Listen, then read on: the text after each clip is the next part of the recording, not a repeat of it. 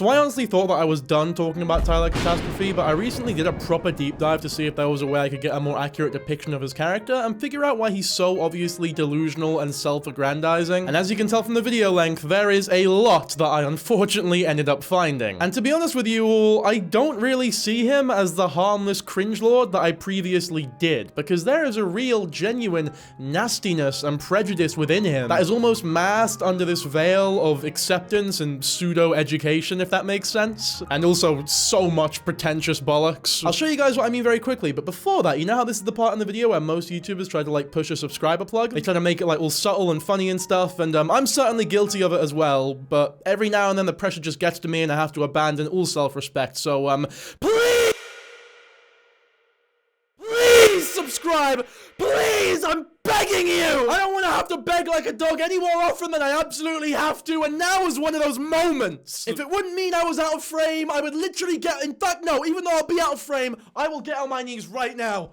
There you go. You can see that. What an angle this is. This is how much I want you to subscribe. Okay, now on to some of his more problematic behavior. Firstly, I should say very obviously, if you've not seen my last video on Tyler Catastrophe, I'd recommend you go watch that. But anyway, yeah, problematic behavior, starting with everyone's favorite, racism. Play a wee snippet from this video, and then I want to sort of caveat everything I'm about to say with something. I've wanted to do that market for like a year now, but I hesitated because it is a mostly Latino market, and while I am partially Portuguese, I look like a white. Oh, now this is just one of many questionable statements that I think Tyler Catastrophe has made. And when I say I want to caveat this, I want to caveat it with like, this is a very different type of racism to the type of racism that we usually cover on this channel. There's a lot more plausible deniability because it's the type of, you can definitely tell that he genuinely believes he is being like charming here and that there's no racial or offensive undertones to what he is saying. In fact, that's probably not the best example, but there is a post here that I want to show you, but we will get back to the Portuguese thing in a second, don't you worry. Here's a post that Tyler Catastrophe made about getting rear-ended by a black guy, and for some reason he found it imperative to mention the race of the guy who rear-ended him. Let's just read the post, eh? So a giant truck rear-ended my motorcycle today, and I'm really glad I saw him coming and held the brake a bit longer than normal because I almost ended up in the middle of a no-light intersection.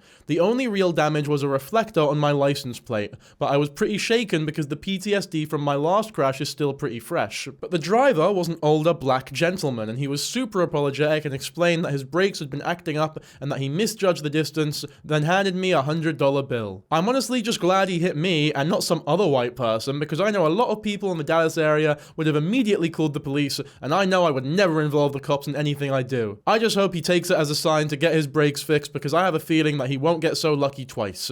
I should probably light a candle. First of all, the fact that he doesn't mention denying the $100 bill means that either he took the $100 or he's just lying about this whole story. But let's just call it what it is. This is virtue signaling. This is a white guy trying to earn appraisal from people of color by acting as though he is one of the good ones. That's what he's looking for. That's what he's fishing for here. He is fishing for black people to praise him. See, I'm not like the other most white guys who got really angry and called the fucking police, but me, I just took $100 from him. See what most white guys wouldn't have done? Most white guys wouldn't have made a whole Tumblr post about it looking for virtue points, for just being a normal, decent, functioning member of society. It's one of those instances of people who are very ignorant trying to be so not racist that they end up being racist. I don't know if the American audience will get this reference, but it's very David Brent. David Brent's the protagonist of the UK Office, for those who don't know. Everyone in the UK will know exactly who I'm talking about, and they will understand that reference, and they will agree with me inevitably because I'm always correct. Now, this is all going to tie into a recent video that Tyler Catastrophe made regarding beading culture, in regards to, I guess, his, like, indigenous history, if that makes sense. It was a video that I covered recently on stream and wasn't too educated about and didn't want to make any strong stances about, but after looking and deep diving into Tyler's past and seeing, like, subtle bits of prejudice or racism here, it makes that latest video a lot clearer in its intentions, if that makes sense. Because, like, I'm sorry, this is hilarious. To anyone who's actually aware of what's going on here, or aware of the very clear virtue signal, this is a fucking hilarious post. Because everyone knows, do you think, like, black people are, do you think we're dumb? Do you think we don't see what you're doing here? This is like if I as a man was like, guys, you know what? I saw a really pretty girl on the street today, and it's a good thing that I was on the street and not any other man, because I didn't catcall her in a very harassmental way. So I'll tell you what, Lucky her, eh? Because if it was anyone else, I know they would have done it. It's like, you don't think I was fucking maniac. You don't think I was crazy. Because I would be. And it's statements like if a bloke was to say something like that, it would kind of expose them as a very ignorant, sort of sleazy, secret misogynist, if that makes sense. But here's the thing, though. That is all just taken into consideration that this story is true, which we don't even know. Because as we'll learn later, this man does have a very blatant and weird history of massively over-exaggerating and in many cases just making things up. And some of it has been exposed because when he talks about experiences with real famous people and they come out being like, hey, this isn't exactly what happened, it makes everything that he's ever said come into question. But we'll get to that later, don't you worry. Because there's a really hilarious case of it. I want to talk about this Portuguese clip now, so I'll play it again. That market for like a year now, but I hesitated because it is a mostly Latino market, and while I am partially Portuguese, I look like a white boy. And I've wanted to. Okay, I guess to be fair, I was going to say first of all, but there are so many potential first of alls here that I don't know which one to pick first. So I guess, first of all, there are a lot of white Hispanic people. I guess secondly, first of all, even if you were fully Portuguese, you would still be a white boy. You would just have darker skin than like pale white boys, I guess. Portugal is in Europe. It's a white European nation. Like, see, look, you see this guy? This guy's a Greek guy, but you can like he's got a darker skin color from most like pale white boys because Greece is a hot country. So in hot climates, you have to naturally adapt and people, you know, I guess naturally develop more melanin. That doesn't make them not white though. Or I don't know, Caucasian, I guess. But then again, you know what it is? Believe it or not, the terms white, black, brown, these are very American terms. Obviously the UK has adapted a lot of it as well because we're very Americanized. But when you go into like Central Europe, it's not really a thing there. Like, in Europe, it's very much, no, I'm not white, I'm French. Or no, I'm not white, I'm Portuguese, you know what I mean? I should probably clarify, obviously the concept of black and white racial categorization does exist in Europe, but it's very different to the sort of pan-European whiteness that exists in America, if that makes sense. All I'm trying to say here, because we're going a little off tangent, is, Tyler, you don't look like a white boy, you're a white boy. But you know what, I want to actually read, let's read his post first, because he says that he's white passing, which is why I feel like this is so important to me, because it's like, because the way he says I'm white passing kind of implies that he doesn't actually see himself as like a white guy. So then what is he trying to say? What does he think he is? One thing I hate about being white passing is that I feel so incredibly separated from the culture that I could be a part of if people didn't assume I was white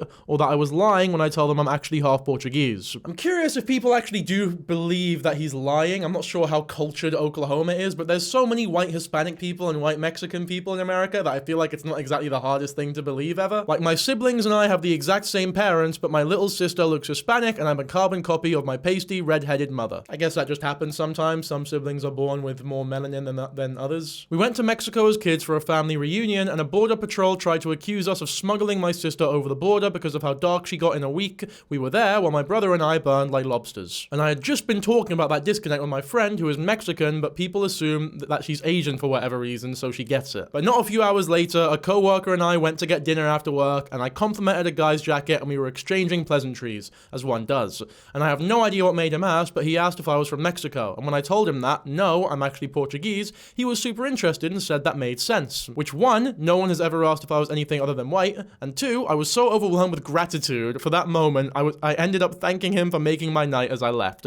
And my terrible day was instantly ended on a much better note. I guess even when you know how much something is missing, you still sometimes don't realize how much it will mean when it's actually there, even if it is just for a moment. I hope everyone in my boat gets to experience that moment. I hardly ever meet other Portuguese people, but I still miss it, you know? I just want to be seen as what I am once in a while. In his next video, he talks about how he's indigenous American, the next video that we're going to look at, by the way. So it's like, fuck me, you've got to really, this is insane. You're Portuguese, you're indigenous American, and you're related to Edgar Allan Poe, apparently. Also, hang on, what do you mean you're having a family reunion in Mexico if you're half Portuguese? Did your Portuguese family all move to Mexico? Is Portugal even Latino? I'm not sure if it is. Yeah, Portugal they don't even speak Spanish there, so it's not Hispanic, is it? Portuguese people are generally not considered Latino in the commonly used American definition, which refers to people from Latin America. However, they are from the Latin/Romance cultural group, yeah, of course. Okay, this is from Reddit, by the way, so That's not like official by any means. Might be pretty hard to find like official. It's all race. It's socially constructed anyways. So I mean, I'm not gonna get into the nitty gritty of it. Point is, I think the biggest takeaway from all this is that Tyler Catastrophe is very much someone who wants to be acknowledged and loved by people of color. So much so though that a lot of the time it makes him look incredibly ignorant and annoying. They speak Portuguese in Brazil, don't they? Is he maybe getting it mixed up with like Brazilian Portuguese? That'd be really fucking embarrassing if that's what's going on here. He talks more about his family history here though, and it's just, I don't know, it's just sad, really. Family history is very large and complicated, which of course has a lot of downsides, but it does have the small upside of being related to a lot of dead famous people. Edgar Allan Poe, Robert the Bruce of Scotland, and apparently my uncle is currently mapping another family line. So he's half Portuguese, he's also native, he's also related to Edgar Allan Poe, he's also related to Robert the Bruce of Scotland. Apparently my uncle is currently mapping another family line. So now I know that I'm also 27 generations descended from King Edward I of... Oh, and just to add that to the list as well, why not? Fuck it. Queen Margaret of France, apparently. And there's absolutely no useful thing to do with any of that information. This is bullshit. He's lying. I'm sorry. This is all bullshit. This is ridiculous. This is ridiculous. I don't know why he lies so much about his ethnic history. It's okay to just be half Portuguese and half white American. That's fine. It really is okay. It's there. It exists. And also my great-great-grandmother was Canadian. Maybe I can somehow get a Canadian passport. That might be useful. Isn't every family history large and complicated? Like, that's a nebulous statement, surely. Yeah, I knew about the Edgar Allan Poe's adopted. Does he even have... I don't think he even has any descendants. He has no... Yeah, he and his wife, Virginia Clem, had no children, and his siblings died without leaving any children. The guy's a bullshitter. He's bullshitting. He lies about his history. He lies about what part of the world he's from. He lies about his ethnic history. It's all bollocks. Well, maybe it's not all bollocks, but a lot of it is just pure bollocks. All right, here's a big recent video that he made. A lot of people have been talking about this. I am a beadworker who is not a recognized member of an indigenous tribe or nation, which is actually why I bead the way that I do. But by the way, I'm a YouTuber who's also not recognized by an indigenous tribe or nation, so we're one and the same there. It's why I avoid the tight, repetitive beadwork that is often seen in native work. It's why I avoid traditionally native motifs like the 4 directions, and the bold, opaque color schemes that are often seen in native work. And if I showed you this necklace that was inspired by a couture designer, put it next to something like this and ask you which one was more likely to have been made by a white man, you'd probably say this one. By the way, I don't mean to be a dick here, but I genuinely believe that the only reason he doesn't copy those works is because he's not good enough at beading. To our indigenous beadworkers, because we run in the same circles. And I do very much hope that if I ever crossed that line that they would tell me so that I could correct the behavior. But I've never claimed to have invented beadwork. This skill, this trade, this craft is ancient, and I only got good at it on accident. Because when I got hit by a car, my hands were the only part of me that I could move without hurting myself. So I accidentally got very good at this. Beadwork kept me sane during one of the hardest parts of my life. And even if it wasn't my goal in the beginning, it has become a career that I am distressingly proud of. I don't know how true that is either, to be honest with you. I guess people who bead in the comments, you have to let me know if like the hands are the only thing required to bead, but when I look it up, it's like it's a handcraft, but it involves hand sewing, and it usually requires several tools to manipulate tiny beads, needles, and thread, particularly for detailed work. I'm not gonna outright claim that he's chatting shit here or anything, but part of me does believe that he's just over-exaggerating a part of his story to make himself seem more interesting as usual. And real quick, by the way, if you think I'm being harsh there, just please wait till the end of the video, because he does so much of this and a lot of it has been confirmed, and it really makes me double think or double question every single thing that he's ever said online ever. To be possible, creating things that I've never seen anyone else make even though I've looked, doesn't mean that I'm creating from a place of ego or taking credit from people who work just as hard as I have. I do not see other beadworkers as competition, and I never will, unless they're directly copying me, but that's just rude. I use high quality glass beads, not plastic. All of my crystal and gemstone beads I buy in person so that I can personally attest to their quality before I buy them. And I make things that I've never seen anyone else make because I like a challenge, and it's just more fun for me. And for the record, my most expensive pieces, like this one right here, there's another artist that's also getting paid for it. I have a friend who beads little cages around cabochons and backs them in suede so that I can use them. And I want to make sure that not only myself, but she as well is properly compensated. I'm not going to send you to her pages right now because, frankly, I don't trust a lot of the people watching this. But people can disagree with my prices all day long. You can call me vain or egoic. Frankly, I don't get it. But to say that I'm taking credit away from indigenous beadworkers, or even that I'm just disrespecting them, is deeply wrong. I may not personally speak on indigenous issues very often because, frankly, I think it's not my place. But I do take every single chance I get to uplift the indigenous people who are speaking on those issues. Yeah, he's right, man. Look, the way that he beads is so different to how indigenous people bead, because he beads like really badly. So it's a very respectable difference, I think, actually. I really respect the fact that he consciously chooses to bead badly and then overprice his products so that he can separate himself from real indigenous beaders. The land I grew up on was Choctaw, Chickasaw, Muskogee. And again, beadwork was never my career goal when I started. I just fell into it because it was the only thing I could physically do without hurting myself. And I would never intentionally do anything to dishonor or disgrace or disrespect the beaders who came before me. And I don't know how else to say that. Okay, love you, bye.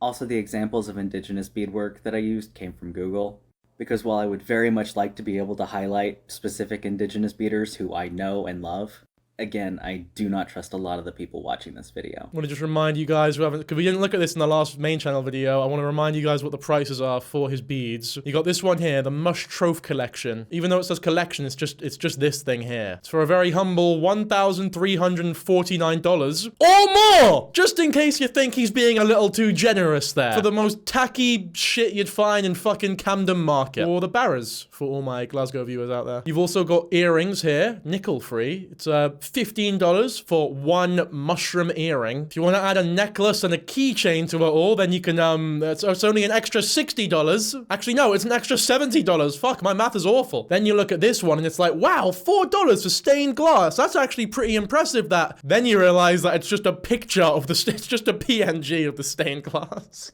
Not even a PNG, a PDF, in fact. Or you could get an owl and fox painting, which honestly, it's cute. I like it. I do like the look of it, but I don't $123 got like I don't like it that much. I mean, the whole indigenous thing is just, that video is a whole lot of like, he just loves waffling. This guy loves to waffle. He loves to just chat and chat and chat, even if he's not really saying anything. That's something that will also become very obvious as this video goes on, by the way. I don't know if you're indigenous or not, making no claims there, just reminding everyone only indigenous people can be two-spirit, period, full stop. Oh, where is this two-spirit video actually? I think it got muted. Yeah, look, it got muted. There's no audio.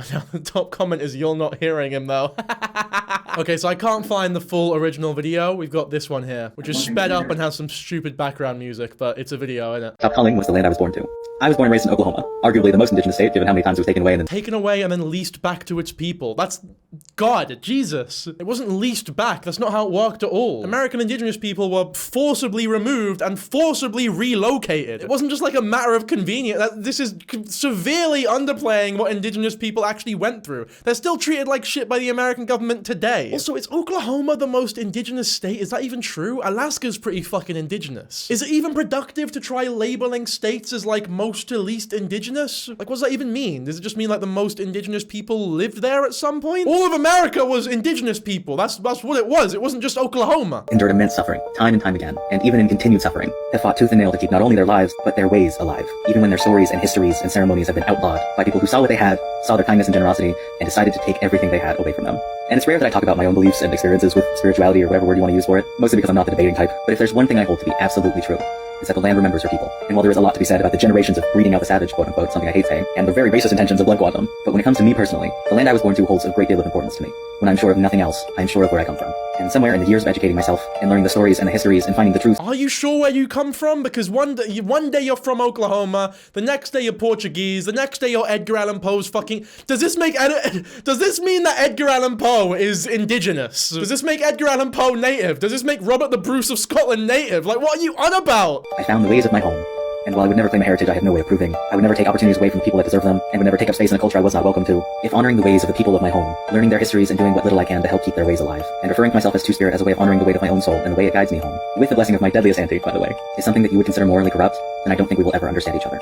There's a lot I don't share about myself, a lot I don't tell about myself. Not because I'm ashamed or because I think it's wrong, but because it's likely to be misunderstood, and I don't always have the words to make it understandable. But at the end of the day, everyone has those things that are likely to be misunderstood. And with so many people's love of assuming things they have no way of knowing, it's really no wonder we keep them to ourselves. The land was calling to me, and it's just Oklahoma. Yeah, it's the most overdramatic, like over-romanticized, soppy bullshit ever. It's like this really pathetic attempt to seem super cultured, but it just makes you seem, it just exposes how uneducated you actually are. Just because you put on like a fake somber voice, it doesn't make any of these things any more true, especially when videos like this come out, and it just sort of exposes how bastardly it all is. I don't know if you're indigenous or not, making no claims there. Neither am I really, by the way. I'm just trying to point out like all the claims that he is making and like questioning how believable it all is. Like this guy says a lot. He says a lot of things. Just reminding everyone, only indigenous people can be two-spirit, period, full stop, to which Tyler Catastrophe says 100%. However, he also said, as you'll remember, that he is not recognized member of an indigenous tribe or nation, but he's also referring to himself as two-spirit. And you got it right here. I'm a transgender two-spirit disabled artist currently stuck living in Texas. It's like, look, I'm not gonna have a strong opinion on the two-spiritedness or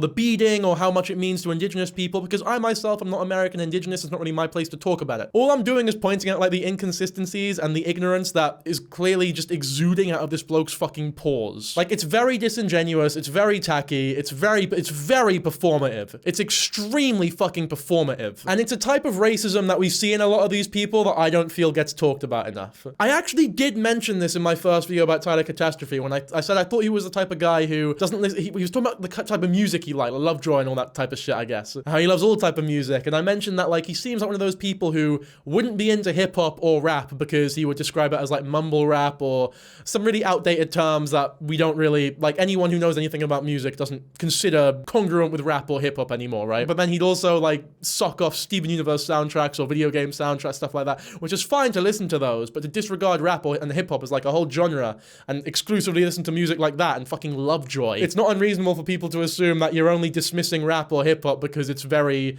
linked with black culture, especially when you can't come up with an actual genuine reason as to why you don't enjoy it. Tyler Catastrophe hasn't done that, but it's the sort of vibes that I'm getting. It's that sort of like weird racism that a lot of people on the left exhibit as well, obviously without realizing it, but then at the end of the day, I don't think any racist really knows that they're racist, because racist is, you know, bad. Like the most racist people on the planet probably think that they're just being reasonable. In the same way, Tyler Catastrophe's racism to him probably just seems like empathy, or at the very least, he thinks that he is presenting himself as empathetic towards like an old black man who ran into his bike or something, when in reality, he's exposing that sort of microaggressive racism within him. I'm not saying that he's like massively, offensively, fucking horrifically racist, but there's definitely prejudice there that does need to be looked at a little bit and sort of introspected on. Prejudice might not be the right word, but ignorance for sure. And I'll tell you what, by the way, he is so lucky that I'm making a video on him and not another cis man, because I am the only cis man on the planet that would not use transphobic rhetoric against him. Fuck, I might need to actually light a candle or something, because I'm not sure he'll get so lucky again. See how like bigoted and fucking shit it sounds? Like if I was saying that unironically, it would undoubtedly and very obviously come across as incredibly virtue signally and transphobic. Yes, maybe he is two-spirited actually, because he's being called to England and Oklahoma.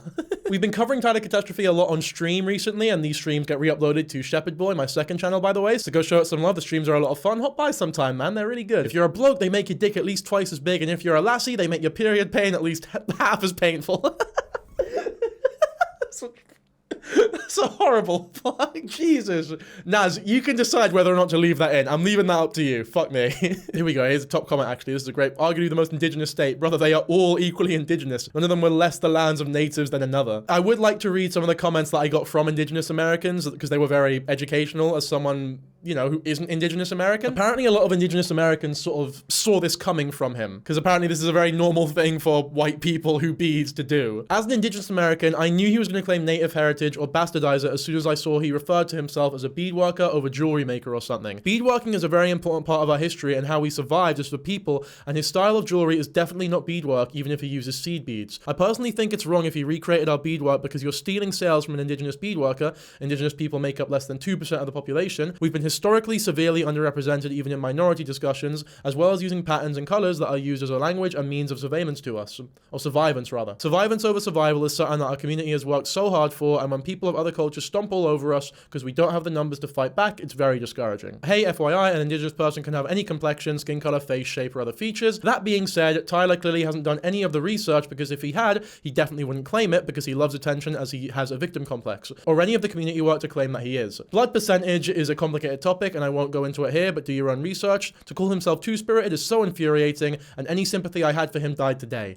He knows what he is doing and doesn't care. Tyler's mental health problems and clear identity crisis are not in any way a justification for his clear lack of accountability and ability to listen to criticism. That's also something you'll very much find out about Tyler, is that he will never accept responsibility for anything that he has ever done wrong, and he does not like criticism, no matter how good faith it is. And I understand that he is getting a lot of shit and a lot of transphobic shit and a lot of criticism that is very fucking horrible and mean, but a lot of it is genuinely coming from a good place as well. But he just doesn't really take it that way, ever. I want to move on to a very nasty side of Tyler, because that last one was nasty, but it was masked as like kind and empathy and education and lovely, right? But this one is like, fuck, man. He really exposes himself as a almost manipulative, vindictive, resentful, lying piece of shit. So for some context, this is an artist called Stuart Semple. You can see from his Instagram here that he's a relatively abstract artist, very famous here in England. He's an author, he's an activist, he's very fucking artsy. Here are some examples of his art. If this looks interesting to you all, I would greatly recommend you give him a look. I think he's pretty great, and apparently Tyler Catastrophe agrees with me, which led to a whole saga that we are going to talk about right now, because fuck me, is this pathetic. So just for some context, the initial reason that Tyler Catastrophe wanted to move to England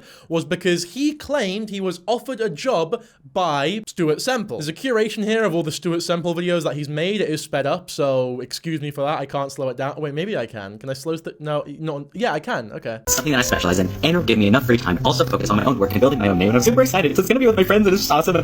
Because right now I have an incredible job working with amazing people in England waiting for me, and I just have to get I just love asking for help on the internet. Because like I found my dream job, and I got my dream job, but I gotta go to the dream job. And the only way to do that is to pay to get there. So I made this thing. See, I managed to land my dream job after years and years of working. I have a job waiting for me with a group of just incredible artists that I can't disclose, but it's been like a year in the making. I got to visit them last year when I went for my birthday. But the actual job itself will be in an art studio with a group of just amazing artists who run a nonprofit, and I'll be able to make things and just do all the things that I do for myself, just on a larger level. Like, okay, so again, he's not actually said anything yet, because he doesn't want to say that it's Stuart Semple or whatever. I guess in his mind it was classified information at this point, but he is referring to a supposed chat that he had with Stuart Semple where Stuart promised him a job in England, apparently. We'll get into that. He does expose more details later because he's very cross that it doesn't end up, you know, panning out the way that he wanted it to. I am, again, a man of many hats. I'm a jack of all trades to the extreme, so I hope I get to do a little bit of everything. But like, it's people that I'm already friends with. I give them tips here and there because just I want to be a part of it. I want to be involved. I like helping. Just to be like, look, I think this is it's so fucking egotistical, and it's so subtle if you don't know, if you're not used to this type of language from very egoistic people. But let's be clear here, Stuart Semple is a big deal. He's a famous artist. He's been doing it all his life. He has a studio that, just like Tyler said, is filled with these amazing, talented artists. So to say that you visited this studio and you were giving them tips here and there displays such arrogance, in my opinion. It would be like if I went to a fucking, like, Edgar Wright directorial fan meetup and said that I was giving little tips and tricks to all the directors and actors on how to make movies just because I have a decent lighting setup in this fucking room and I make YouTube commentary videos, you know what I mean? Like, you beating on TikTok and selling overpriced tacky shit does not give you the right to act as though you are some sort of authority in this art studio with people who have been doing it all their lives and are known for it. I'm sorry, but you're not known for your art. You're known for being a weirdo who is overly obsessed with Wilbur Soot. So actually getting to like move over there, it's in Bournemouth, England. Bournemouth. It's Bournemouth, and Bournemouth is a shithole. Sorry to anyone from Bournemouth. No, actually, the good thing about Bournemouth is that if you are from Bournemouth, you'll actually agree with me, because you guys are chill like that. Always wanted to like live near the ocean, and because I'm from Oklahoma, I've always been landlocked. It's very rude. They like make paints and like pigments and just artist materials that everyone gets to use, and it's just I'm overflowing at all times every time I think about it. But His name is Stuart Semple. I wasn't gonna say anything, but like whatever. And we've been friends for a few years now. And they've been friends for a few years now. Really, remember he said that, by the way. They have been friends for a few years now. Now, to me, friends for a few years means like consistent on and you're not like chatting every day by any means, obviously, because they're a big deal, but you know, relatively consistent on and off messages here and there, friendly demeanor. I definitely would not consider it to be one conversation then fucking off back to the States and never talking to him again. I'm sure Tyler wouldn't consider that to be friendship either, though. I'm sure that's not what he's referring to at all when he says that they've been friends for a couple of years now, but I guess we'll just fucking see. originally, 2019, I got hit by a car, had to have surgery and everything, and that's kind of what got me into like actual art, because it was right before the pandemic hit, so I had to restructure a lot. And when I was waking up from the surgery, I ended up sending a message to Stuart, like big long DM about how much I adored his work and how much I just adored him. And because I was still under the effects of anesthesia, my phone was not on airplane mode, it actually sent. And I wake up later, no longer under the effects of anesthesia, and realize he has responded to a text I have no memory of sending. And so, a couple years went by, we talk here and there, whatever. I don't believe that, by the way. I think he does remember sending the text. I think he was very much consciously doing it and is using the anesthesia thing as an excuse to be like, it's basically his version of, oh shit, sorry, that was my friend. I would never send a weird, long message to someone that I've never spoken to before because I'm a huge fan of their work. I would never do that. Would never do that sober. I was just, you know, I don't even remember sending this message, but like, you know, since you said yes, then of course, maybe I might as well come along. Maybe he's telling the truth. I'm not going to say for sure, but I don't believe him. I was like, you know what? I'm going to go to England. I'm going to take a vacation. And because I was working as like a manager at a steakhouse, I had like the money to do it. Okay, by the way, remember that he said it's a vacation to England. I know I'm telling you to remember a lot of things here, but just, you've got a great memory and I respect that about you. Vacation to England. Important words there. I was going to stay a lot longer. And so I was like, you know what? What's the best thing that can happen? And so I find his, at the time, scheduling director's email and like, hi, this is me. This is who I am. Don't know if you know. Can I maybe come say hi? And, craziest thing can happen. They say yes. And so I am like in the country I've never been to, like 8,000 miles from where I was born, alone, just doing my own thing. And I get to spend a day in the studio with this artist I've looked up to since I was like 13 years old. And just the second I walk into the studio, I'm like, this is where I need to be. This is where I want to live. I did not want to leave. And just like the people who work there and just like the energy and just the place where it is, I'm like, I am in love. I'm never going to stop thinking about this ever. And I remember on like the train back to my Airbnb, I like messaged Stuart and I was like, thank you so much for this. This is amazing. By the way, you know what it is? I know I love that he said, oh, I can't disclose who it is. And then he folded under no pressure. 10 seconds later, he goes like, all right, fuck it. It was Stuart Semple. I know you were, look, all the questions, you keep bombarding me with all this shit. I'm sorry. I'll just say it was Stuart Semple. Like, no, you said in this fucking clip like 10 seconds ago that you couldn't disclose who it is. So funny, man. He's so funny. I love him. Of course, you're one of us. And I think that just like cemented everything together because I was not going to stop until I was able to be there. And a couple years ago, I flew halfway around the world. I was not going to stop until I was able to be there because he sent a nice message saying you're one of us, obviously, like, you know, we're both artists, I guess. Just to be clear, you're one of us is not a job app. That's not like an acceptance for a job application. Like, I really don't mean to be a dick here, Tyler, but what would you contribute to Stuart Semple's art exhibition? Now, this is why I asked you to remember the vacation thing, because look at what he says now. Look at how he changes the story a couple months later. I was not going to stop until I was able to be there. And a couple years ago, I flew halfway around the world to meet an artist named Stuart Semple. With the help of his scheduling director at the time, I got to spend some time in the Culture Hustle studio. I made amazing friends. I helped work on some things. So, in the span of an unspecified amount of time, he has went from, I took a vacation to England where I just so happened to meet with Stuart Semple because a bunch of stars aligned, I sent him the right emails and we met up and it was a great time. Now it's, I specifically went to England to meet Stuart Semple because he agreed to meet me and arrange this whole fucking thing with me, right? Now this is really fucking sneaky and shitty for him to do because when he eventually breaks the news that Stuart Semple like essentially ghosted him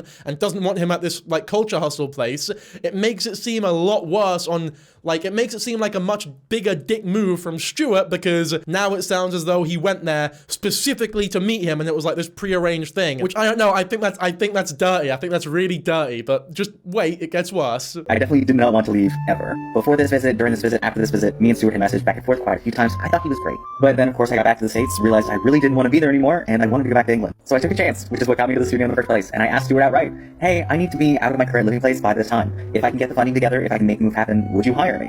And when he said that we could probably make that happen, I was ecstatic. I was over the moon. And looking back, that really was just a positive maybe, but it really felt like a yes in the moment. But as we got closer to the time that I had given Stuart that I needed to move, all communication stopped. It's so funny that even he acknowledges in that video when it first happened that even he knows it was a maybe. And that because he felt he was so inspired in this place or whatever, he was over-exaggerating the maybe to mean like a definite yes. But he, self-admittedly, has said that it was a maybe. And knowing how much he over-exaggerates things, it probably wasn't even a maybe. Like, for all we know, Stuart Semple might have said, well, it's not impossible, I guess. Also, what exactly was the job offer? Like, what were you going there to do? Just hang about and be Tyler Catastrophe. And then look, now he starts like just chatting shit about him, like actively demeaning him and his character and trying to like ruin his reputation. One day a famous artist, an activist in quotes by the way, claiming that his activism is fake. Very ironic coming from fucking virtue signaler Tyler Catastrophe, by the way. You've always looked up to will ghost you after saying he'd hire you, leaving you almost homeless, halting your career with a string of missed opportunities and ruining your desire to paint. This is not his fault. If you put all of your eggs in one basket because of a self-admitted maybe, that probably wasn't even as much as a maybe, and then lose your desire to paint because it doesn't end up going through the way that you wanted it to, that's your own dumbass fault. That's like quitting your job to become a TikToker after gaining 200 followers and then blaming the world when it doesn't work. It's like, no, this is you. This is on you. Not to mention, it's gone from, it was probably a maybe to, he said he would hire me. It's like, no, you just said that it was a maybe at most. And now you're saying that he said he would hire you. This is really shit behavior from Tyler Catastrophe. I don't think I'm over-exaggerating here. Like, this is really fucking horrible. He gets way too obsessed with these people. It's a good thing Wilbur hasn't addressed this, because if Wilbur said anything remotely negative about this guy, then maybe he probably would like Shelby. Because it's like this complete switch up when he doesn't get the expected or I guess desired result for whoever he's crushing on at the time or obsessed with at the time. Like, can we agree that this is just a fucking horrible thing to say after what we know about this situation? Don't worry though, guys, it gets worse. Real estate novelist who never had time for a wife. I was staring homelessness in the eye and begging it to flinch. I was staring homelessness in the eye and begging it to flinch. Because at the end of last year, I got really screwed over. I was supposed to have a job in England waiting for me, and then they pulled out at the very last minute. See how the story is changing now? Fuck me. I had a job in England waiting for me, but it was all, that implies it was all done. It was done. I was basically hired, and then they pulled out last minute. It's like, no, there's no pull out there, because nothing ever went in. Like, I can't pull a USB socket out of a fucking PC if I never put it in the fucking PC to begin with. In fact, in this situation, I never even bothered buying the USB socket. I walked past it was on the shelf, I took a glance at it and thought, and then walked past it. I never thought about it again. It's not my fault if that fucking USB socket gets its hopes up. Tyler Catastrophe is the USB socket. Because at the end of last year, I got really screwed over. I was supposed to have a job in England waiting for me, and then they pulled out at the very last minute. And I was supposed to be working for Stuart Semple of Black is Black and Culture Hustle fame. I was actually supposed to be working for him as part of Culture Hustle. And obviously, I'm not. And I don't like dragging names if I don't have to, but some people were guessing, messaging me to guess, and I would rather be honest than allow speculation. My career was in a full upswing. I had just done my first solo exhibition. I was being handed so many opportunities. As stupid as it sounds, I was kind of a local celebrity, but I knew that my dreams were a whole lot bigger than Texas, and I needed something else. And after getting to go to England and visit the Culture Hustle studio and absolutely fall in love with the work they do there, and after looking up to Stuart Semple for like half of my life, I asked if I could work for him. And he said that we could figure something out. And he knew that I had a deadline to make it happen, but once that deadline started approaching, he completely ghosted me for months. But the closer we got to that deadline, the less I got. But eventually I just went around him to his assistant. Yeah, he's fucking busy. Like, he's a busy guy. He's not thinking about Tyler Catastrophe 24/7 every fucking day of his life. Probably met him, it was a nice interaction. It wasn't so nice that he's like, wow, this guy right here. I really love the fucking $1,500 tacky Camden Market style fucking necklace that he made. I really love the way that he treated the elderly black gentleman that rammed into his fucking motorcycle and then took $100 from. I just have to have this man as part of my fucking Culture Hustle exhibit. I mean, how could I ever resist with a voice like that? No way. Like, no, he's not thinking about you, brother. He's not. I'm sorry. Stuart Semple has responded to all this, by the way. Not like massively, but he has to.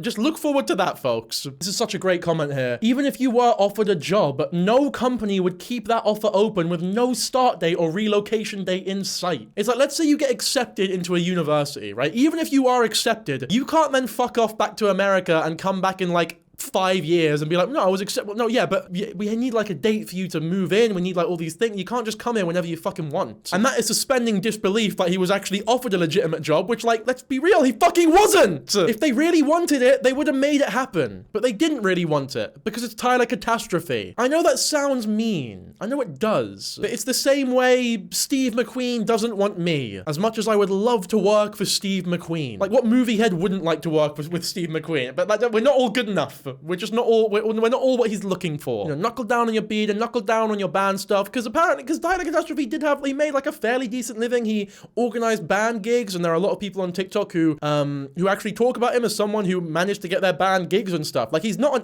untalented little swine. It's not as though he's completely unknowledgeable of the music scene or how to make money or how to work in a workforce. Like, he's a fairly competent person, I feel, if he wanted to be. It just makes us all so much sadder, because it's not like there's no potential here. He's also, you know, he's good on camera. There's like he's got a kind of charisma. Like, there's stuff here to work with. So it is legitimately sad to see it all get pissed away in this pseudo-intellectual, pretentious bullshit. And he gets really nasty here as well. Like, because it was all like sort of like backhanded shots at Stuart Semple, but now it's like he goes fucking mental here. This is his mask off moment. Eventually, I just went around him to his assistant, and she was kind enough to give me the note that I needed. Actually, fuck Stuart Semple. I've been so incredibly pissed off at the way this man fucked me over for over a year, and I don't like being angry. I traveled 8,000 miles to spend a day in the Culture Hustle studio, completely fell in love with it while doing what was actually free labor. Free labor? Oh, fucking hell. Dude, come on, man. He's so delusional. This is why it's hard to feel sorry for him. Like, you know when you go to a restaurant and they give you like those wee coloring books when you're like a 3-year-old and you color in the pictures and that?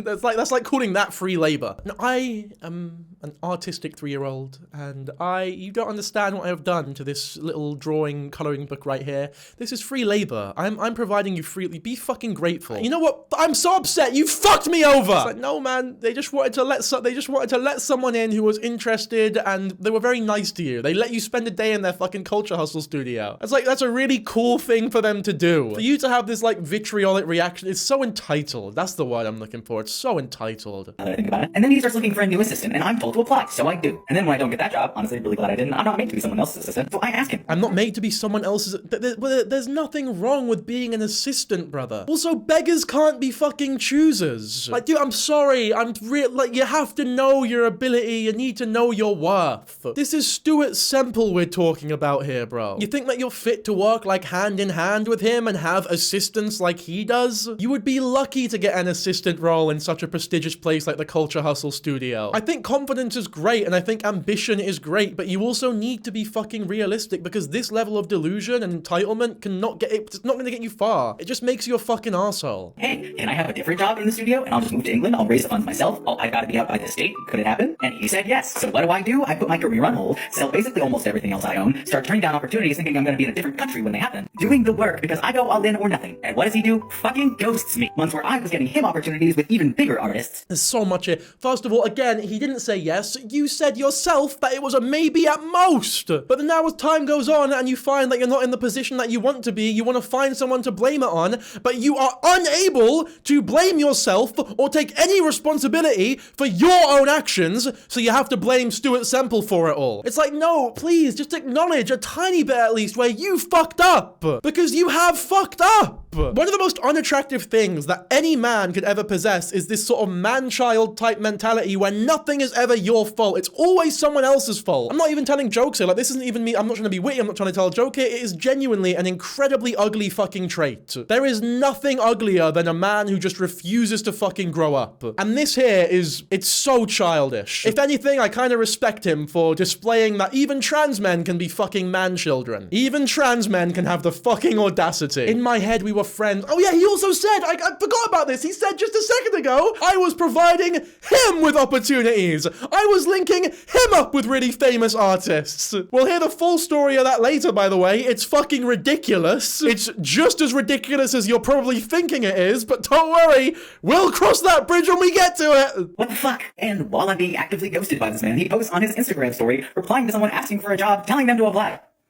But you can't answer me, and eventually I get so fucking... Because you're not good enough. It's that simple. I'm sorry. You're just not good enough. What would you do? What would you provide? You don't even want to be an assistant. You think you're too good to be an assistant. You have to work your way up the fucking ladder. You can't just go straight into a managerial position. You start from the bottom, you make your fucking baby steps, and you work your way up. Do you really think your overpriced tacky fucking beating is enough to be this world famous artist working hand in hand with Stuart Semple off the fucking bat? You don't think you have anything to learn from any of those guys? You think you're the one giving them tips and tricks? They didn't teach you anything? That's one thing I realized, by the way. He didn't say anything about being taught anything or learning anything from them. It was only ever that he taught them things, that he felt inspired, and that he felt very happy. I think that really says something. When a world famous artist says he'll hire you, then ghost you like a bad ex, basically sabotaging your life and career, but at least this is your work. I was originally supposed to move to England a couple years ago. I was supposed to move to Bournemouth, which is also on the south coast.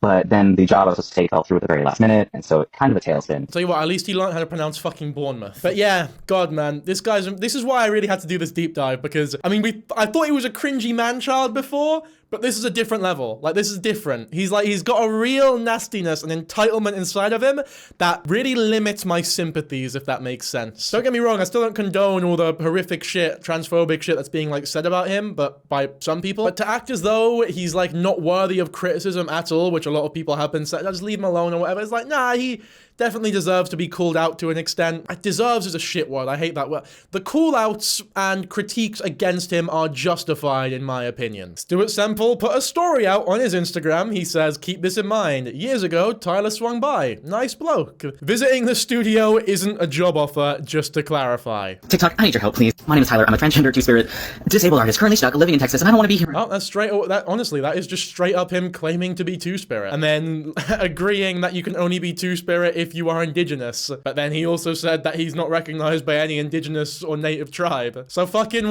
which one is it, mate? But luckily, my hard work for the past couple years is finally looking like it's paying off, because I have an opportunity to move all the way from Dallas, Texas to fucking England. And I can't give details yet, but it is kind of my dream job, and it's something I've wanted since I was like 12. And considering last week there were 2 shootings in places I frequent, both within like 20 miles of me on the same day, I think it could come at a better time. But the only thing keeping me from leaving literally tomorrow is that I have to be able to afford to do it, which... I think this guy took the idea of manifesting way too seriously. Maybe if he just thought like, okay, I kind of got like a maybe, that's not really a maybe. He said like, there's nothing, but if I just hope and pray enough, then it'll happen, right? That's genuinely what I feel like is going on here. High hopes and honestly a lot of audacity. And I know a lot of you are probably thinking that's a really high number to just ask for people on TikTok. And you'd be totally correct. And when I was originally getting advice for this whole thing, the person I was talking to about this website, they take a lot of fees, so they said to, 1, cover all of that, and also set it high enough that just in case you don't make a single dollar on your own, you would still be able to go, which is what this is. This thing so that I could move to England because I have an incredible art job waiting for me. Today is July 1st. I have no idea when I'm going to post this, either today or tomorrow, we'll see. But it does mark 1 month of officially saving to move to England to get the hell out of Texas and also accept my dream job. I managed to find potential apartments, and the prices for actually moving have gone down considerably,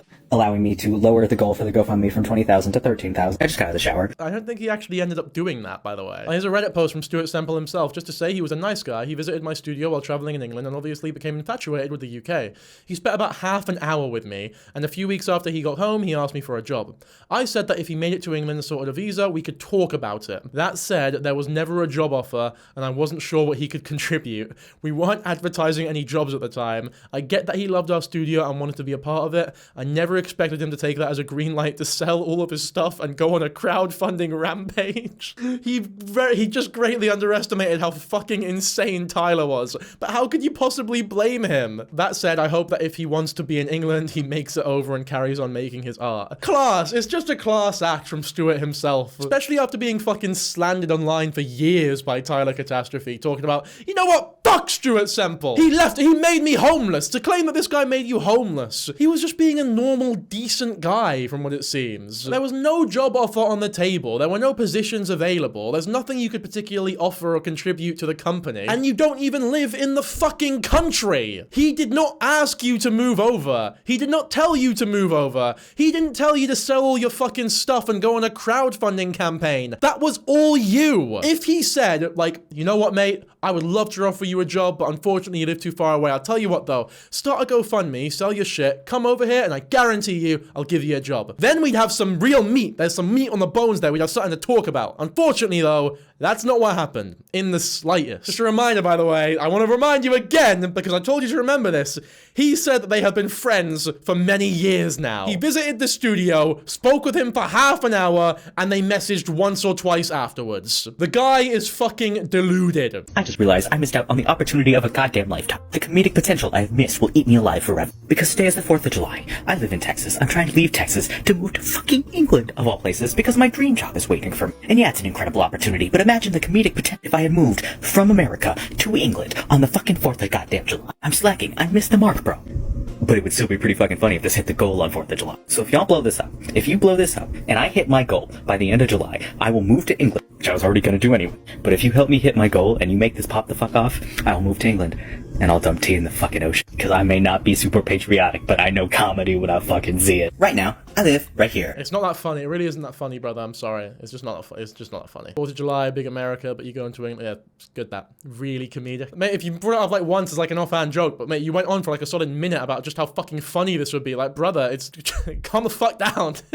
A few people in here are saying that this isn't actually my TikTok account and it's some sort of fan thing.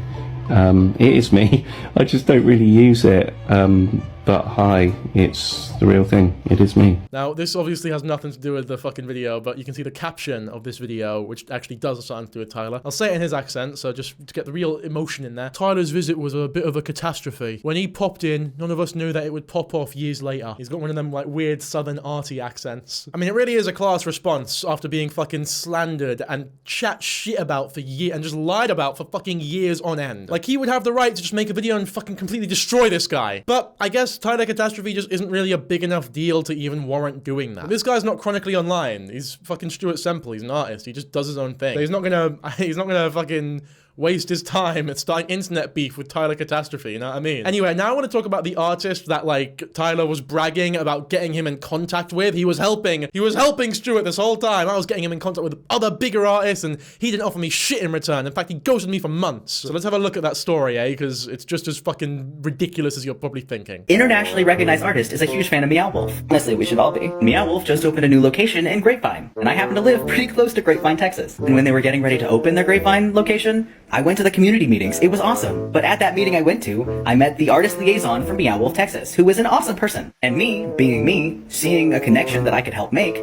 I connected this internationally recognized artist with Meow Wolf. And while I've heard absolutely nothing on whether or not they're actually going to work together, or whether or not someone reached out at all, in the event that they do a collaboration, they probably wouldn't even mention the fact that I had anything to do with it. And if I happened to mention it, no one would have believed me. I am so tired of having this situation in the back of my mind, thinking that I did something wrong. Because I didn't. Maybe rejection really is protection, but I think I deserve some credit for how well I handled that situation, because I was way more mature about it than he was. I'm like half his age with a quarter of his following. That part's really just me being petty, but oh my god, does it give me a headache. I deserve better. I deserve nice things. I deserve to be treated like I'm awesome because I am. I am Tyler fucking Catastrophe. And that means something because I made it mean something. I did that. This isn't ironic. Like, he's sort of saying it in a way where he can claim it's ironic, but it's not. It's I, me. I deserve good things. I earned this. I'm really great. I'm awesome. He never thinks about other people ever. Even when he got rammed into by the old black guy who was like, I'm great. I'm not racist. I wouldn't take his, well, he didn't even say he didn't take his money. He probably did take the money. If it's a real story, of course. I'm not like the other white guys, but also I'm not white, apparently. He's just such a knob. He's such a knob. Being like, that is the most didn't happen shit of all time. Lick my dick, dude. I am way more awesome off camera than I have ever been on it, so. Leave me alone. Okay, love you, bye. Look at how quirky and funny he is. The glasses are upside. You know how, guys, let me explain this, right? What he's done here is, usually, glasses are meant to go on with like this seam here at the top, and then the glass bit is meant to be like at the bottom, sort of covering your eyes, if that makes sense, right? But you can see what like he said, he's a master of comedy. He's a fucking genius. He did say it himself, but what he's done here is the glasses, he's actually turned them upside down. And that's funny because it's like goofy and shit, because you're not meant to wear glasses like that, just in case you weren't getting it. By the way, let's have a look at Stuart Semple's response to all this. Can you talk about how he said he got you a collab opportunity that he was too thankful? Because I don't believe it. Stuart Semple says he did introduce me to someone someone at Meow Wolf, and I did thank him. I didn't end up collaborating with them though, and actually we didn't really need his help as we already had contact with them from when I did a show in Denver. So even the thanks you got from him was just out of courtesy. It was just because he was trying to be a nice guy, but he didn't need your fucking help. It's like when you're 9 years old and you're about to wash the dishes or something, and then right as you go to wash the dishes, your mum tells you to wash the dishes, and you're like, well, I was fucking about to!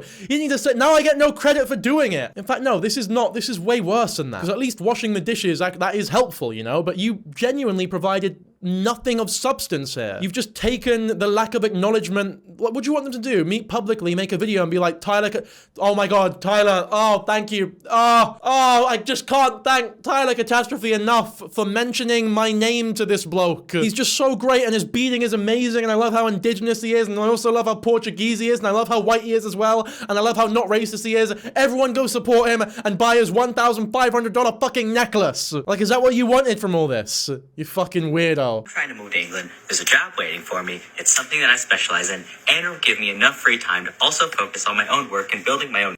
Since we're all so deep in this lore now, remember he said he had a job lined up with Stuart Semple, and that's why he was moving to England the first time? Stuart Semple has entered the chat. Visiting the studio isn't a job offer. He didn't even have a job. What a job. Snark Reddit? I can't believe he's a Snark Reddit already.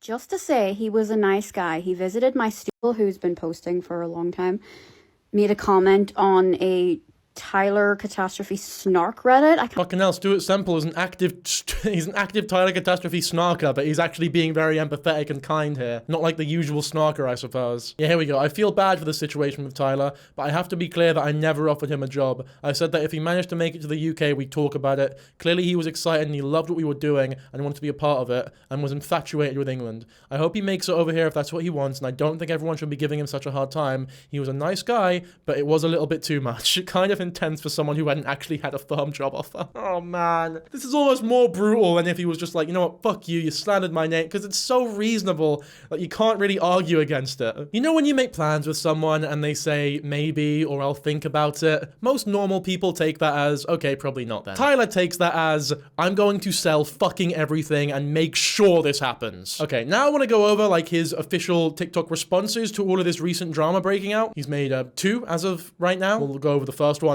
first, I guess, by proxy of it being the first one. Look at me, breaking the mold. Said I have a crush on a guy in a band who I do not know and have met once. And because I was not strictly literal in a video that was for entertainment, I have somehow become the target of a weeks-long... You didn't just say you had a crush on him. You said that when you have a crush on someone, nothing in your life is important. You will not even think about entertaining romance with any fucker else in your entire fucking life. But all of your eyes, every motivation, every step you take, every breath you breathe is all towards getting with Wilbur Soot. That's a lot more than just having a weird celebrity crush. So don't backtrack and try to restate it and change the fucking story when that's absolutely not what was happening. You're moving to fucking Brighton for him, pal. Or at least you wanted to before you got bullied out of it. Ridiculous smear campaign that, frankly, I don't want to understand.